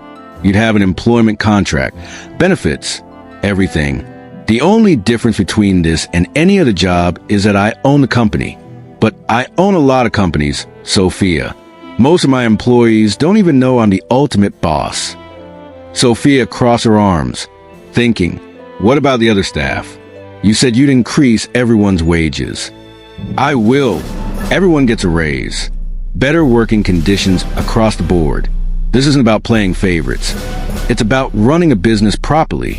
And if we break up, do I lose my job? The question hit Adrian harder than he'd expected. No. If, God forbid, we break up, you keep your job, that would be in your contract. Nothing about your employment will be contingent on our personal relationship. You have my word. Sophia was quiet for a long moment, and Adrian could see the wheels turning in her head. Finally, she sighed. I can't believe I'm agreeing to this. Is that a yes? It's a yes, but I have conditions. Name them. 1, I do the actual work. No special treatment because I'm your girlfriend. If I'm managing the bar, I manage the bar. I don't just sit in an office and collect a paycheck. Agreed. 2, I give notice of my other jobs properly. 2 weeks for the diner.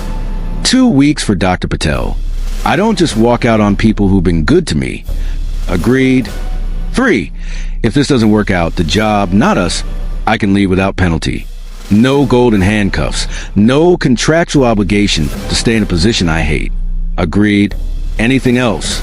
Sophia stepped closer, her hands sliding up his chest. One more thing. What's that? Kiss me before I change my mind about this whole insane arrangement. Adrian didn't need to be told twice. He kissed her deeply, pouring all his relief and love and hope into it.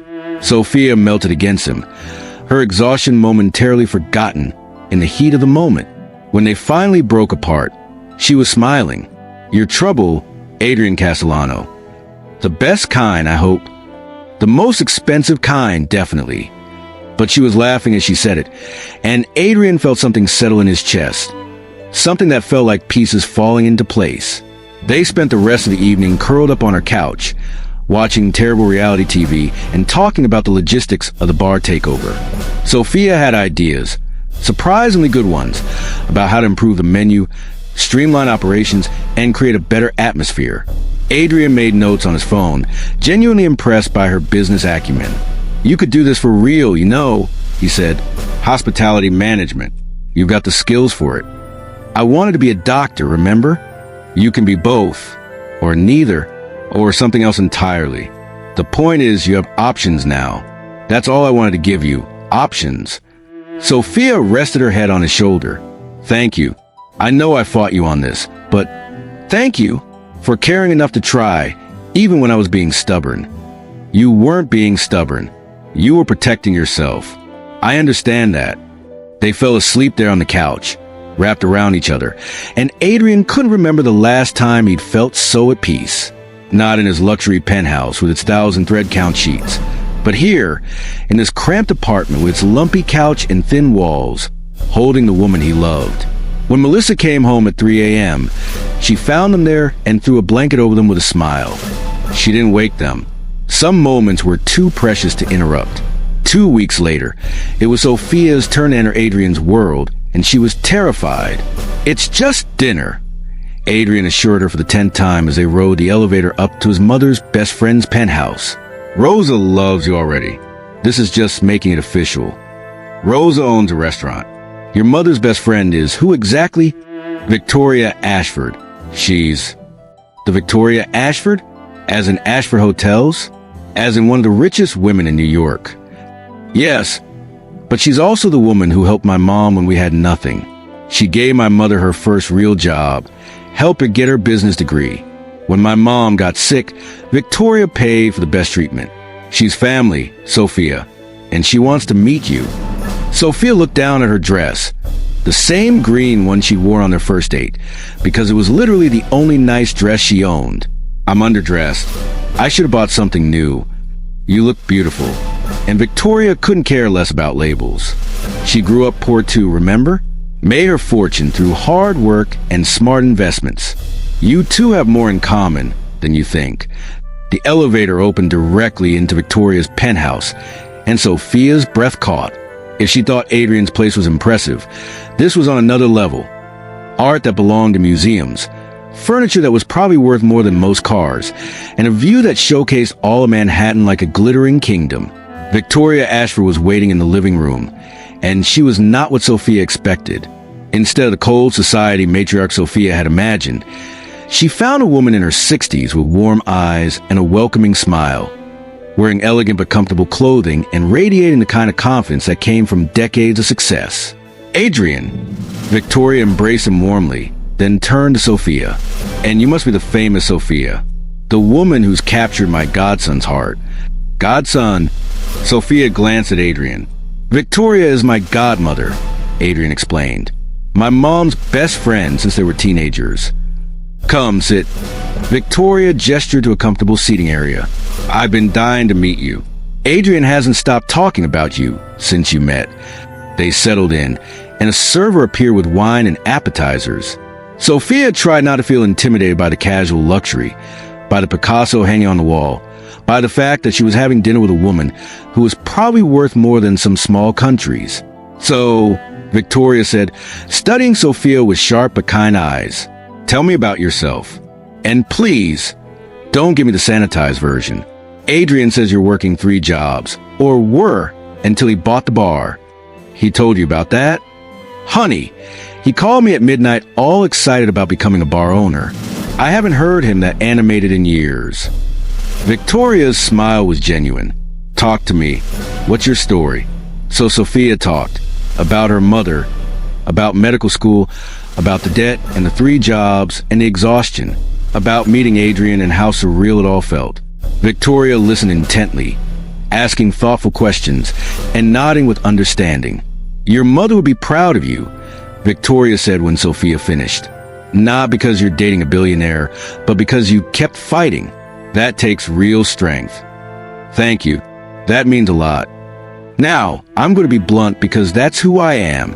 Are you with Adrian for his money?" Sophia felt Adrian tense beside her, but Victoria held up a hand. I'm not accusing. I'm asking, because I've seen a lot of people try to use him over the years. I need to know your intentions are genuine. Sophia met Victoria's gaze directly. I didn't even want his money. I fought him on paying my debt. I only agreed to the bar manager job because he structured it as legitimate employment. If anything, his money makes this relationship more complicated, not easier. Good answer. Victoria's smile widened. And here's why I believe you. You could have Googled me before coming here. Could have dressed to impress, worn designer labels, played the part of ambitious girlfriend trying to climb the social ladder. Instead, you wore a dress that's clearly a few years old and looked genuinely uncomfortable with all this luxury. You're not trying to fit into our world. You're being authentically yourself. That's rare. I don't know how to be anything else, Sophia admitted. Perfect. Then we'll get along beautifully. Victoria stood. Come, let's eat. I want to hear all about this bar takeover. Adrian's never shown interest in the hospitality industry before. You must have made quite an impression. Dinner was surprisingly relaxed. Victoria was warm and funny, sharing stories about Adrian's mother that made both Adrian and Sophia laugh. She talked about her own journey from poverty to wealth, about the mistakes she'd made and the lessons she'd learned. The money changes things, Victoria said over dessert. Not always for better. You'll find that people treat you differently when they know about Adrian. Some will resent you. Others will try to use you to get to him. It's exhausting and sometimes painful. You need to prepare yourself for that. I'm already getting a taste of it, Sophia said. The media attention has been intense. It will get worse before it gets better. But here's what I learned. The people who matter don't care about the money. They care about who you are as a person. Everyone else is just noise. Victoria reached across the table and squeezed Sophia's hand. And for what I can see, you're exactly who Adrian needs. Someone real. Someone who keeps him grounded. Don't let the noise make you doubt that. After dinner, Victoria pulled Adrian aside for a private word, while Sophia pretended to admire the art. When they returned, Adrian looked emotional, and Victoria was smiling. She's good for you, Sophia heard Victoria tell him. Don't let her get away. I don't plan to, Adrian replied. In the car on the way home, Sophia turned to him. What did Victoria say to you? She said you remind her of my mother, that you have the same strength, the same determination. She said my mom would have loved you. His voice was thick with emotion. That's the highest praise she could give. Sophia felt tears prick her eyes. I wish I could have met her. She would have adored you, would have probably adopted you on the spot, and started feeding you constantly. Adrian smiled at the memory. She had this way of seeing people, really seeing them. Victoria has it too, and they both see something special in you. I'm not special. I'm just... Stop. Adrian pulled the car over, turned to face her. Sophia, you are special. I need you to believe that. Not because you're with me, not because Victoria approves, but because it's true. You're brilliant and kind and stronger than you give yourself credit for. Say it. Adrian. Say it. I am special. This is silly. Say it anyway. Sophia rolled her eyes but smiled. I am special. Again, like you mean it. I am special. This time, her voice was stronger. One more time. I am special. She laughed, feeling ridiculous but also somehow lighter. Happy. Deliriously. Adrian kissed her, soft and sweet. Now, we have one more stop tonight. Where? My office. I want to show you something. 20 minutes later, they were in the executive offices of Castellano Industries, the building mostly empty at this late hour.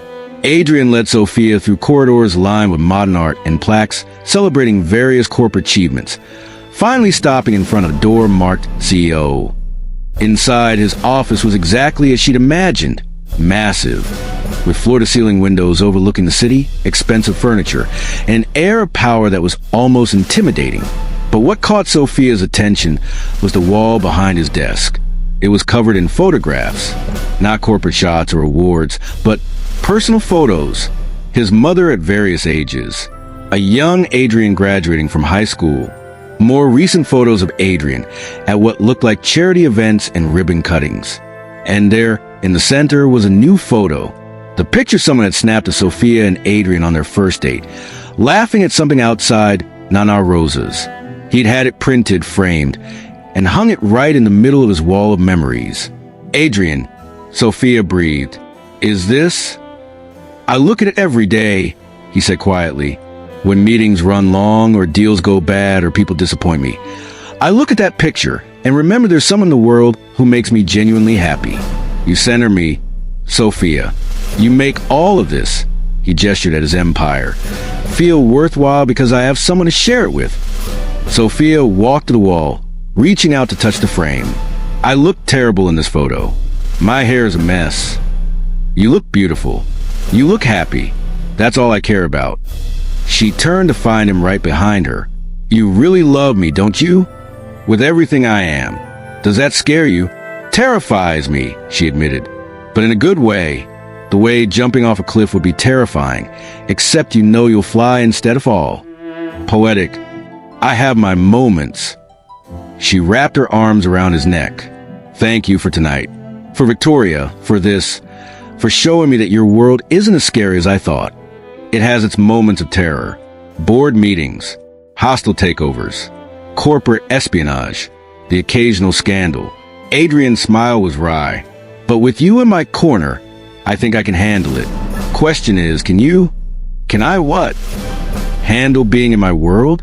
Because I'm not going to lie, Sophia, it's going to get more intense. There will be events you'll be expected to attend. Charity galas, business dinners. You'll be photographed and scrutinized. People will have opinions about us, about you, about whether you deserve to be with me. It's not fair, but it's reality. Sophia thought about Victoria's warning, about the media circus she'd already experienced, about the vast differences between Adrian's world and hers. It would be easy to walk away, to return to her simple life without all this complication. But then she looked at Adrian, really looked at him, at the vulnerability in his eyes, at the hope mixed with fear in his expression, at the way he held himself like he was bracing for rejection. And she knew she couldn't walk away. Not from him. Not from this. I can handle it, she said. I won't promise I'll be perfect at it. I'll probably mess up the etiquette at fancy dinners. I'll definitely say the wrong thing to someone important. But I'll try. For you, I'll try. That's all I ask. Adrian kissed her deeply, and Sophia felt the last of her reservations crumble. This was happening. She was really doing this.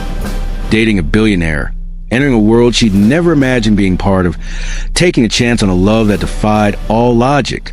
Take me home, she whispered against his lips. Yours or mine. Yours. I want to wake up in that ridiculous bed and see the sunrise over Central Park. Done. As they left the building, hand in hand, neither of them noticed a photographer across the street, capturing their every move.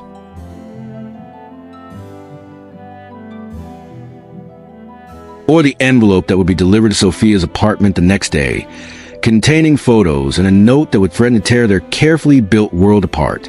For tonight, they were just two people in love, believing that was enough to overcome any obstacle. They had no idea how wrong they were. The envelope arrived at Sophia's apartment the next morning, delivered by courier while she was at the bar doing inventory. Melissa signed for it, noting the expensive paper and the absence of any return address. Inside were a dozen photographs, professional quality, clearly taken with a telephoto lens. Sophia and Adrian at Nana Rosa's, outside Victoria's building, in his office, and several more intimate shots. Them kissing in his car, her touching his face, his hand on her lower back. But it was a note that made Melissa's blood run cold. Enjoying your fairy tale? Too bad fairy tales aren't real. Ask your prince about Isabel Moreau. Ask him why he's really with you. You're not the first waitress he's tried to save, but she learned the hard way that Adrian Castellano collects broken things, then throws them away when he gets bored. You have 1 week to end things quietly, or these photos go public with a very different story. Your choice. Melissa immediately called Sophia. You need to come home. Now. 20 minutes later. Sophia was staring at the photos spread across their small dining table, her hands shaking. Who is Isabel Moreau? I don't know, but we need to find out before you talk to Adrian. Melissa was already on her laptop, typing furiously, because either this is a malicious lie meant to break you up, or it's something Adrian should have told you about. Either way, we need information. Sophia pulled out her phone, her finger hovering over Adrian's contact. Should she call him, confront him, or do her own research first? Found her, Melissa announced, Isabel Moreau, French national, age 24. There are photos of her with Adrian from about 2 years ago. Multiple dates, several charity events, and, oh God, what? Melissa turned the laptop around. The headline read, Billionaire's Mystery Girl, From Waitress to High Society. The article was dated 18 months ago. Sophia's stomach dropped as she read. Isabel had been a waitress at a French restaurant in Manhattan. Adrian had met her. They'd dated for several months. He'd introduced her to his world. And then, abruptly, it had ended. Isabel had returned to France, refusing to comment on the relationship. Speculation ranged from a mutual split to a dramatic breakup involving betrayal. Sophia, Melissa started. He did this before. Sophia's voice was flat, emotionless. He played out the exact same scenario with someone else. The waitress, the whirlwind romance, the introduction to his world. I'm not special. I'm just a type. You don't know that. Maybe it's not the same. It's exactly the same, Mel. Don't you see? I'm the rebound. Or worse, I'm some pattern he has. He finds struggling women, sweeps them off their feet, and then what? Gets bored? Moves on. Sophia felt like she couldn't breathe. God, I'm so stupid. How did I not see this? You need to talk to him. Get his side of the story before you spiral. Or maybe I need to take the blackmailer's advice and end this before it gets worse. Sophia gathered the photos with shaking hands. Maybe this is a universe telling me I don't belong in his world after all. Sophia, don't make decisions when you're upset. But Sophia was already grabbing her jacket and heading for the door. I'm going for a walk. I need to think. She walked for hours, her mind spinning. Every memory of the past few weeks felt tainted now. His interest in her story, his immediate connection to her mother's illness, the way he'd swooped in to solve her problems. It all felt calculated, like a script he performed before. By the time she made it to the Golden Rose, not to work, but because it was familiar and grounding, she'd made up her mind. She pulled out her phone and called Adrian. Sophia, hi. I was just thinking about you. Dinner tonight? We need to talk. Can you come to the bar? A pause. What's wrong? You sound upset. Just come. Please. Adrian arrived within 20 minutes, concern etched on his face. Sophia was sitting at the bar, now technically her bar, though the thought made her feel sick, and the photographs were spread in front of her. Sophia, what? Adrian stopped when he saw the photos. His face went pale. Where did you get these? They were delivered to my apartment this morning, along with a very interesting note about Isabel Moreau. Adrian closed his eyes. Fuck. So it's true. You did this before. It's not what you think. Then explain it to me. Sophia's voice was calm, but her hands were clenched so tight her knuckles were white. Explain how you met a waitress, dated her, brought her into your world, and then it ended. Sound familiar? Isabel was different. How? How was she different? Because from where I'm sitting, the script is identical. Struggling woman, rich man saves her, whirlwind romance. Am I just a new version? The replacement? No. Adrian's voice was sharp, desperate. Sophia! Yes, I dated Isabel. Yes, she was a waitress when we met. But that's where the similarities end. What I felt for her was nothing compared to what I feel for you.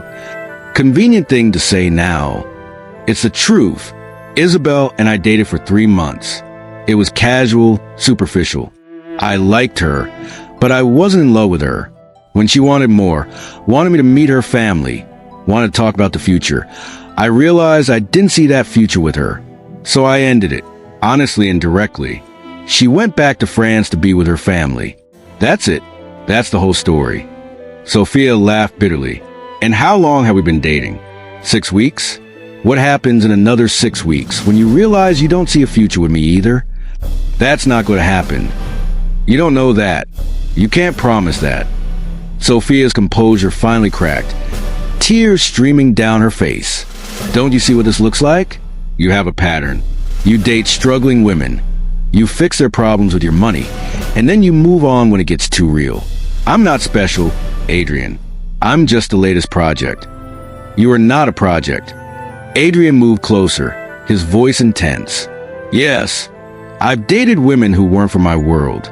Yes, some of them had financial struggles. But I never felt about any of them the way I feel about you. You're not a pattern or a type or a rebound. You're Sophia, the woman who makes me laugh, who challenges me, who I can't stop thinking about even when I'm supposed to be working, the woman I'm in love with. How do I know that's true? How do I know you won't wake up in 3 months and realize you made a mistake? You don't. That's what faith is, believing in something without guarantee. Adrian reached for her hand, but she pulled away. The hurt on his face was visible, but he didn't push. Sophia, I can't prove the future. All I can do is show you every single day that you matter to me, but I need you to trust me. Can you do that? Sophia looked at the photos again, at the note threatening to expose them. Who sent these? Who wants us apart badly enough to hire a private investigator? I don't know, but I'm going to find out. Adrian's voice turned hard, dangerous. Someone is trying to manipulate you, to destroy us, and I'm not going to let that happen. Maybe they're doing me a favor, opening my eyes to reality. Reality? Reality is that I love you, that I've never felt about anyone the way I feel about you, that I burned my entire empire to the ground before I let you walk out my life. Adrian's eyes were blazing now. You want to know the difference between you and Isabel?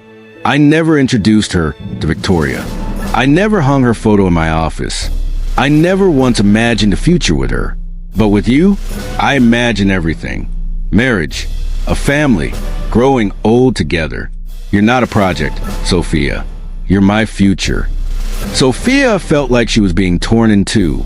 Part of her wanted to believe him, to accept his words and trust that this was real. But another part, the scared, self-protective part, whispered that she was being naive, that men like Adrian Castellano didn't end up with women like her, that this was all too good to be true. I need time, she said finally. I need to think about this without you here making me feel things that might not be real. How much time? I don't know. A few days? A week? I need space to figure out what I believe. Adrian looked like she'd physically struck him, but he nodded. Okay, if that's what you need, I'll give you space. But Sophia, he waited until she met his eyes. Don't let whoever sent these photos win. Don't let fear make your decisions for you. We're stronger than this. I hope you're right. I am right, and I'm going to prove it. Adrian stood, straightening his jacket. 1 week. That's all the space I'm giving you. Then I'm fighting for us, whether you like it or not.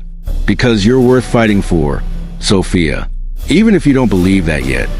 He left, and Sophia slumped over the bar, the weight of everything crashing down on her. She heard footsteps and looked up to find Sal, her boss, former boss, wiping down glasses nearby. You want my opinion? He asked. Not particularly, but I'm guessing you'll give it anyway. Damn right. That man is crazy about you. I've seen a lot of people come through this bar, and I can spot a con artist a mile away. He's not playing you, Sophia. He's falling apart at the thought of losing you. How do you know? Because rich guys don't buy entire bars for women they're using. They don't look like someone kicked their puppy when those women ask for space. And they sure as hell don't stick around in dive bars for hours just hoping to catch a glimpse of the waitress they're supposedly so over. Sal set down his towel. Whoever sent those photos, they want you scared. They want you to run. Question is, are you gonna let them win? Sophia didn't have an answer. She gathered the photos, thanked Sal, and headed home. When she arrived, Melissa was waiting with ice cream and terrible movies. The universal cure for romantic crisis.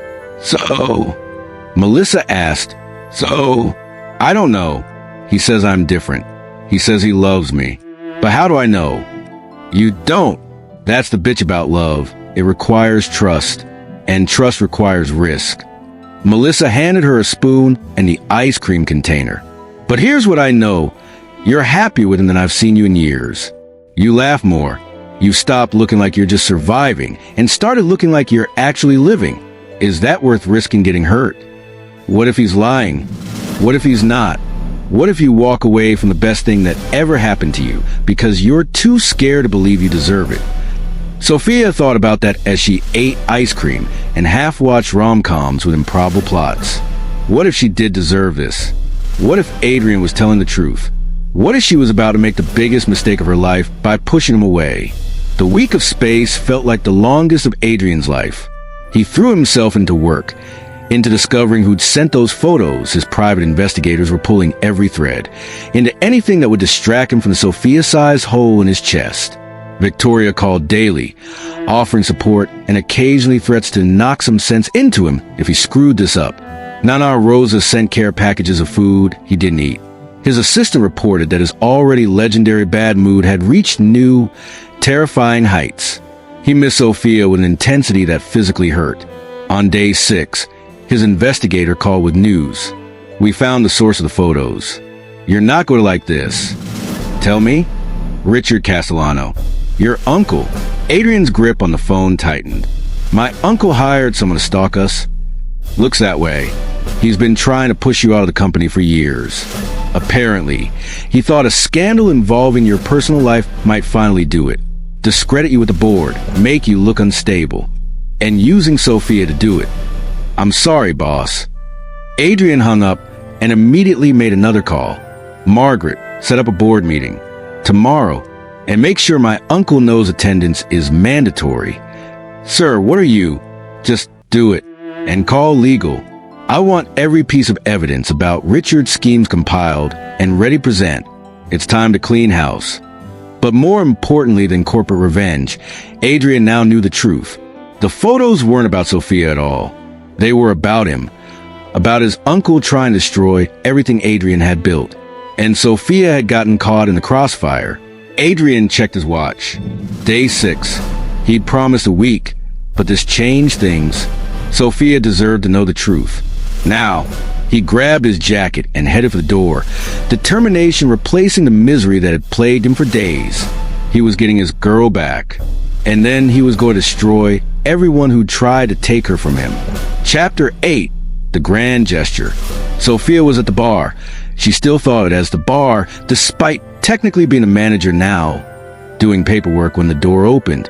She didn't look up, assuming it was an early customer, until she heard the voice that still made her heart skip. We need to talk. She looked up to find Adrian standing there, looking like he hadn't slept in days, but somehow still devastatingly handsome. I asked for a week. It's only been 6 days. I know, but things have changed. I know who sent the photos. That got her attention. Who? My uncle, Richard Castellano. He's been trying to push me out of the company for years, and he thought a personal scandal might finally do it. You weren't targeted because of who you are, Sophia. You were targeted because of who I am. Because someone saw how much you mean to me and decided to use that as a weapon. Sophia, process this. Your uncle did this? I have proof. Phone records, payment receipts to the private investigator, email exchanges planning the whole thing. He wanted to destroy my credibility by making it look like I have a pattern of using vulnerable women. I have proof. Phone records, payment receipts to the private investigator, email exchanges planning the whole thing. He wanted to destroy my credibility by making it look like I have a pattern of using vulnerable women. Isabel was pulled into the narrative because she's the only other woman I've dated in recent years who wasn't from my social circle. Sophia's hands tightened on the paperwork. So this was all about corporate warfare? I was just collateral damage. To him, yes. To me? Adrian moved closer, his voice urgent. You're everything. And I'm not going to let my uncle or anyone else destroy what we have. What do we have, Adrian? Really, Sophia stood, facing him across the bar. Because 6 days ago, I wasn't sure. 6 days of thinking and overthinking and trying to figure out if any of this is real or if I'm just fooling myself into believing a fairy tale. Did you reach any conclusions? I reached several. Want to hear them? Desperately. Sophia took a breath. Conclusion 1. You scare me. The intensity of what I feel for you after such a short time terrifies me. Conclusion 2. Your world scares me even more. People using our relationship as a weapon. Constant scrutiny, never knowing who to trust. Conclusion 3. The idea of not having you in my life scares me most of all. Adrian's expression shifted from tension to hope. Sophia, I'm not finished. Conclusion 4. I've spent 6 days being miserable without you. I've analyzed every conversation we've had, every moment we've shared, looking for signs that you're playing me or using me or treating me like a project. You know what I found? What? Nothing. I found absolutely nothing except a man who's been consistently honest with me, even when that honesty was uncomfortable. A man who respected my boundaries, even when he disagreed with them. A man who bought a whole damn bar because he saw me working myself to death and wanted to do something about it. Her voice cracked. I found a man I'm stupidly, recklessly, terrifyingly in love with. The hope on Adrian's face bloomed into something incandescent. You love me? Of course I love you, you ridiculous billionaire. Why else would I be this miserable without you? Adrian was around the bar in 3 strides, pulling her into his arms. Say it again. I love you. Again. I love you. Sophia was laughing and crying at the same time. I love you, even though you're infuriating and overwhelming, and you solve problems by throwing money at them. He kissed her, cutting off her words, and Sophia melted into it. She'd missed him, with an intensity that felt like a physical ache for 6 days. His hands were in her hair, hers fisted in his shirt, and for a moment, the world narrowed to just the 2 of them. When they finally broke apart, both breathing hard, Adrian rested his forehead against hers. I have something to show you. Will you come with me? Where? Trust me? Sophia looked into his eyes, those gray eyes that captivated her from the first moment, and made her choice. Yes, I trust you. 20 minutes later, they were in Adrian's car heading out of Manhattan.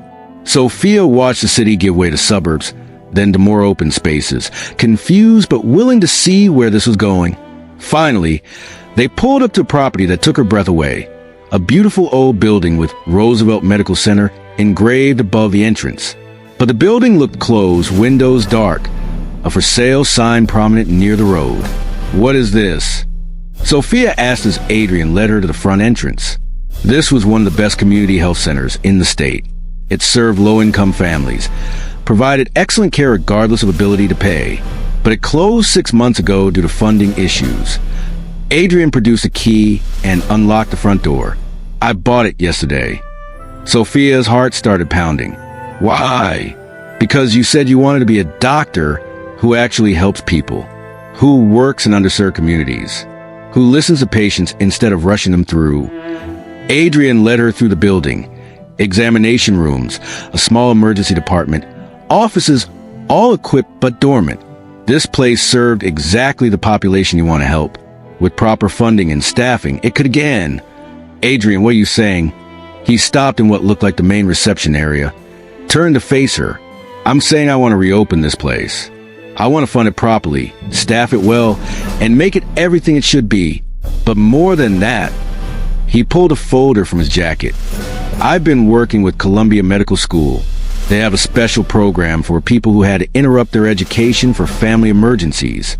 You'd have to take some refresher courses, but your credits from NYU would transfer. You could finish your pre-med degree in 2 years while working here part-time. Then medical school, then residency, all while having real experience in exactly the kind of medicine you want to practice. Sophia stared at the folder, her hands shaking. You're offering me a path back to medical school? I'm offering you your dream, Sophia, the one you gave up to take care of your mother, the one you thought was lost forever. Adrian's voice was thick with emotion. You told me once that without your debt, you'd go back to school. Well, your debt is paid off, and before you argue it's done, the checks have cleared, it's gone. The bar manager job is yours for as long as you want it, or you can transition to working here. The choice is yours. Always yours. I'm not trying to control your life or save you. I'm trying to give you back the future you deserve to have all along. When did you? How did you? I've been working on this for 2 weeks. Since the day I shadowed you through your jobs and realized you were 100 times smarter and more talented than the positions you were stuck in. I wanted to wait to give this to you at the right moment. But then my uncle tried to destroy us, and you asked for space, and I realized I might never get the right moment. So here it is, my grand gesture, my way of proving that I see you, Sophia, not as a project or a pattern or a woman to save, but as a brilliant, capable person you've always been. Sophia's tears were flowing freely now. She walked through the clinic, touching equipment, imagining it filled with patients, with life. Imagining herself here, learning, growing, becoming the doctor she'd always dreamed of being. It's too much, she whispered. The clinic, the school, paying off my debt. It's too much, Adrian. It's not nearly enough, but it's a start. He came up behind her, wrapping his arms around her waist. I know you're afraid of being indebted to me. So here's the deal. Consider the clinic a business investment. Castellano Industries' medical initiative. You'd be the director once you're through medical school. You'd run it, staff it, make all the medical decisions. I just provide the funding. Completely professional. As for your debt, consider that an interest-free loan. You can pay me back if it makes you feel better, though I'll just put in a trust fund for our future kids if we have them. Future kids? Sophia turned his arms. You're thinking about kids? I'm thinking about everything with you. Kids, marriage, a house with an actual yard instead of just penthouses, growing old together and arguing about whose turn it is to take out the garbage. Adrian cupped her face. I know it's fast. I know we've only known each other 2 months. But I also know that I've never been more certain of anything in my life. You're for me, Sophia. The final piece I didn't even know I was missing. Sophia stood on her toes and kissed him, tried to pour everything she felt into it. The love, the gratitude, the overwhelming sense of this being right despite all logic. When they broke apart, she was smiling through her tears. I have conditions, she said. Adrian groaned. Why do I feel like this is going to be expensive? 1. The clinic serves everyone, regardless of ability to pay. That's non-negotiable. Agreed. 2. I do the work. I go to school, I do the residency. I earn my way back into medicine. No shortcuts, no special treatment.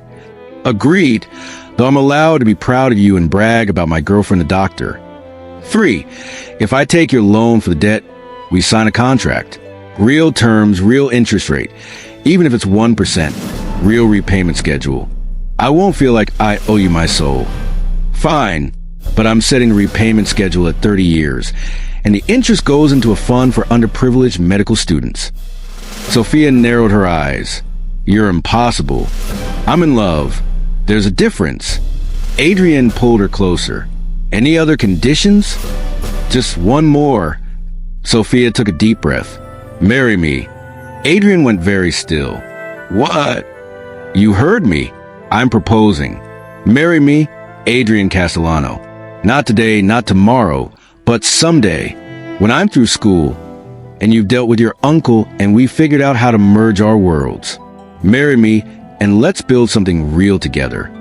Adrian's smile was brilliant, transforming his usually serious face into something incandescent. Are you sure? Because once I say yes, I'm holding you to it. I'll be insufferable about wedding planning. I'm counting on it. Sophia laughed. So, is that a yes? That's an absolutely, unquestionably, enthusiastically yes. Adrian picked her up and spun her around, both of them laughing like teenagers. I want witnesses. I want it in writing. You want me to kiss you and shut up? That too. They kiss surrounded by dormant medical equipment in a closed clinic that would become their future. And Sophia felt something click into place, a sense of rightness that transcended logic or practicality. We're crazy, you know, she said against his lips. This is all crazy. The best things usually are. Adrian set her down, but kept his arms around her. So what now? Do I get to tell people I'm engaged? Technically, I proposed to you, so shouldn't I be the one telling people? We'll tell them together. After I bought you a ring that actually fits your personality instead of just being expensive. I know you don't need it, but I want to give it to you anyway. Humor me. Adrian kissed her forehead. Now, I have a board meeting in 3 hours where I'm going to destroy my uncle's career and possibly send him to jail for corporate espionage. Want to watch? That's the most romantic thing you've said all day. I try. The board meeting was exactly as dramatic as promised. Adrian presented evidence of Richard's schemes, not just the photographs, but years of embezzlement, corporate sabotage, and attempted coups. By the time he finished, Richard Castellano was not only fired but facing criminal charges. Sophia watched from the gallery, flanked by Victoria Ashford, who'd insisted on being there for moral support and potential gloating. When it was over and Richard had been escorted out by security, Victoria leaned over. "That boy plays for keeps," she said approvingly. "That's what I'm counting on," Sophia replied. Adrian joined them afterward, loosening his tie with visible relief. "Well, that was cathartic. Your uncle looked like he wanted to murder you," Victoria observed. "Probably, but he's not in a position to do anything about it now." Adrian took Sophia's hand. "Ready to get out of here? I think we've had enough corporate drama for one day." They went to Nana Rosa's because some traditions needed to be maintained, and told her their news. Rosa's reaction involved a lot of Italian. Several blessings, immediate wedding planning despite their protests about timing, and enough food to feed an army. "She's already planning the menu," Sophia observed as Rosa bustled back to the kitchen. "Let her. She's been waiting for me to get married since I was 12. Adrian raised his wine glass. "To us. To crazy decisions and grand gestures and love that defies logic." "To us," Sophia echoed, clinking her glass against his. "And to the future we're going to build." "Speaking of which, when do you want to start the Columbia program?" "Next semester if I can. I'll need to do the refresher courses first, but..." Sophia smiled. "I can't believe I'm going back to school, that I'm going to be a doctor." "You were always going to be a doctor. Life just took a detour." Adrian squeezed her hand. "And I'm going to be there for every step, every late night study session, every exam, every victory, and every setback. You're not doing this alone, Sophia." "I know.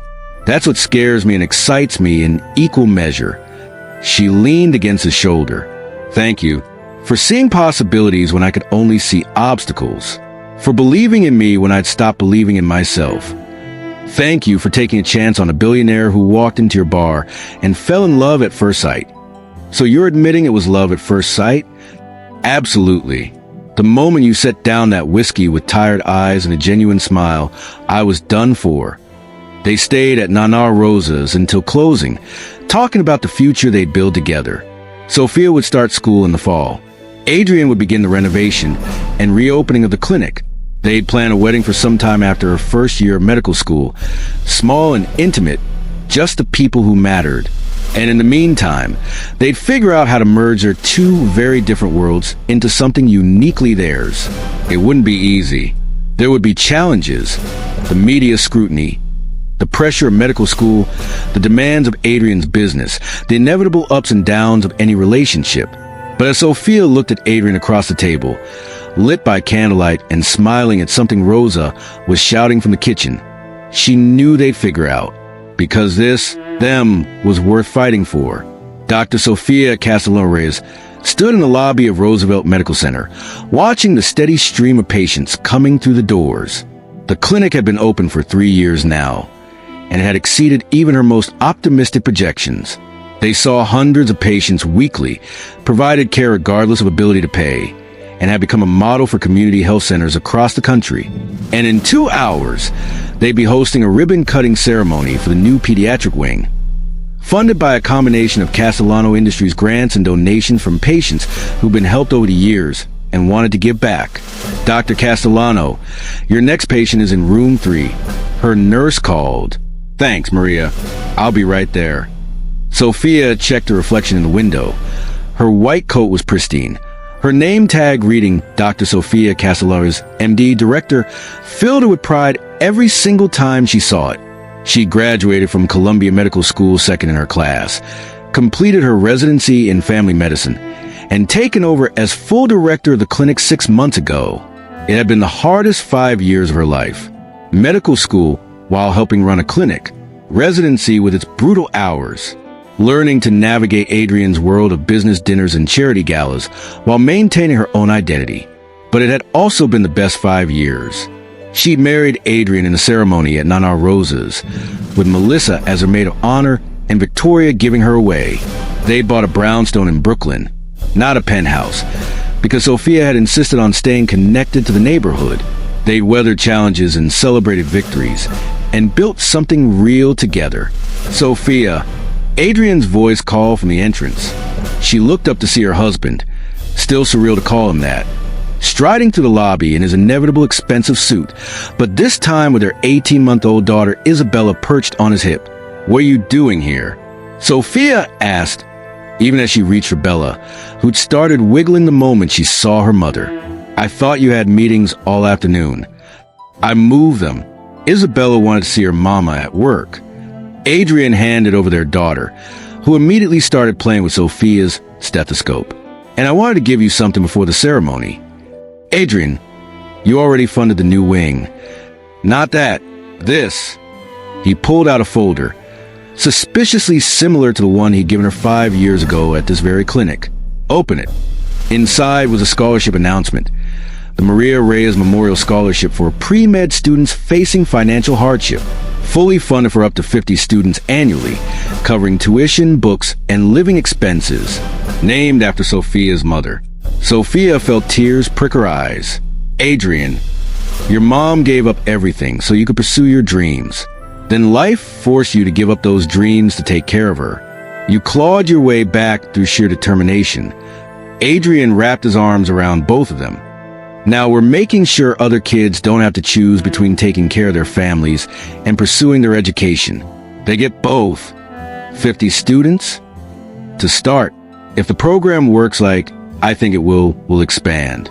Your mom's legacy won't be just you, Sophia.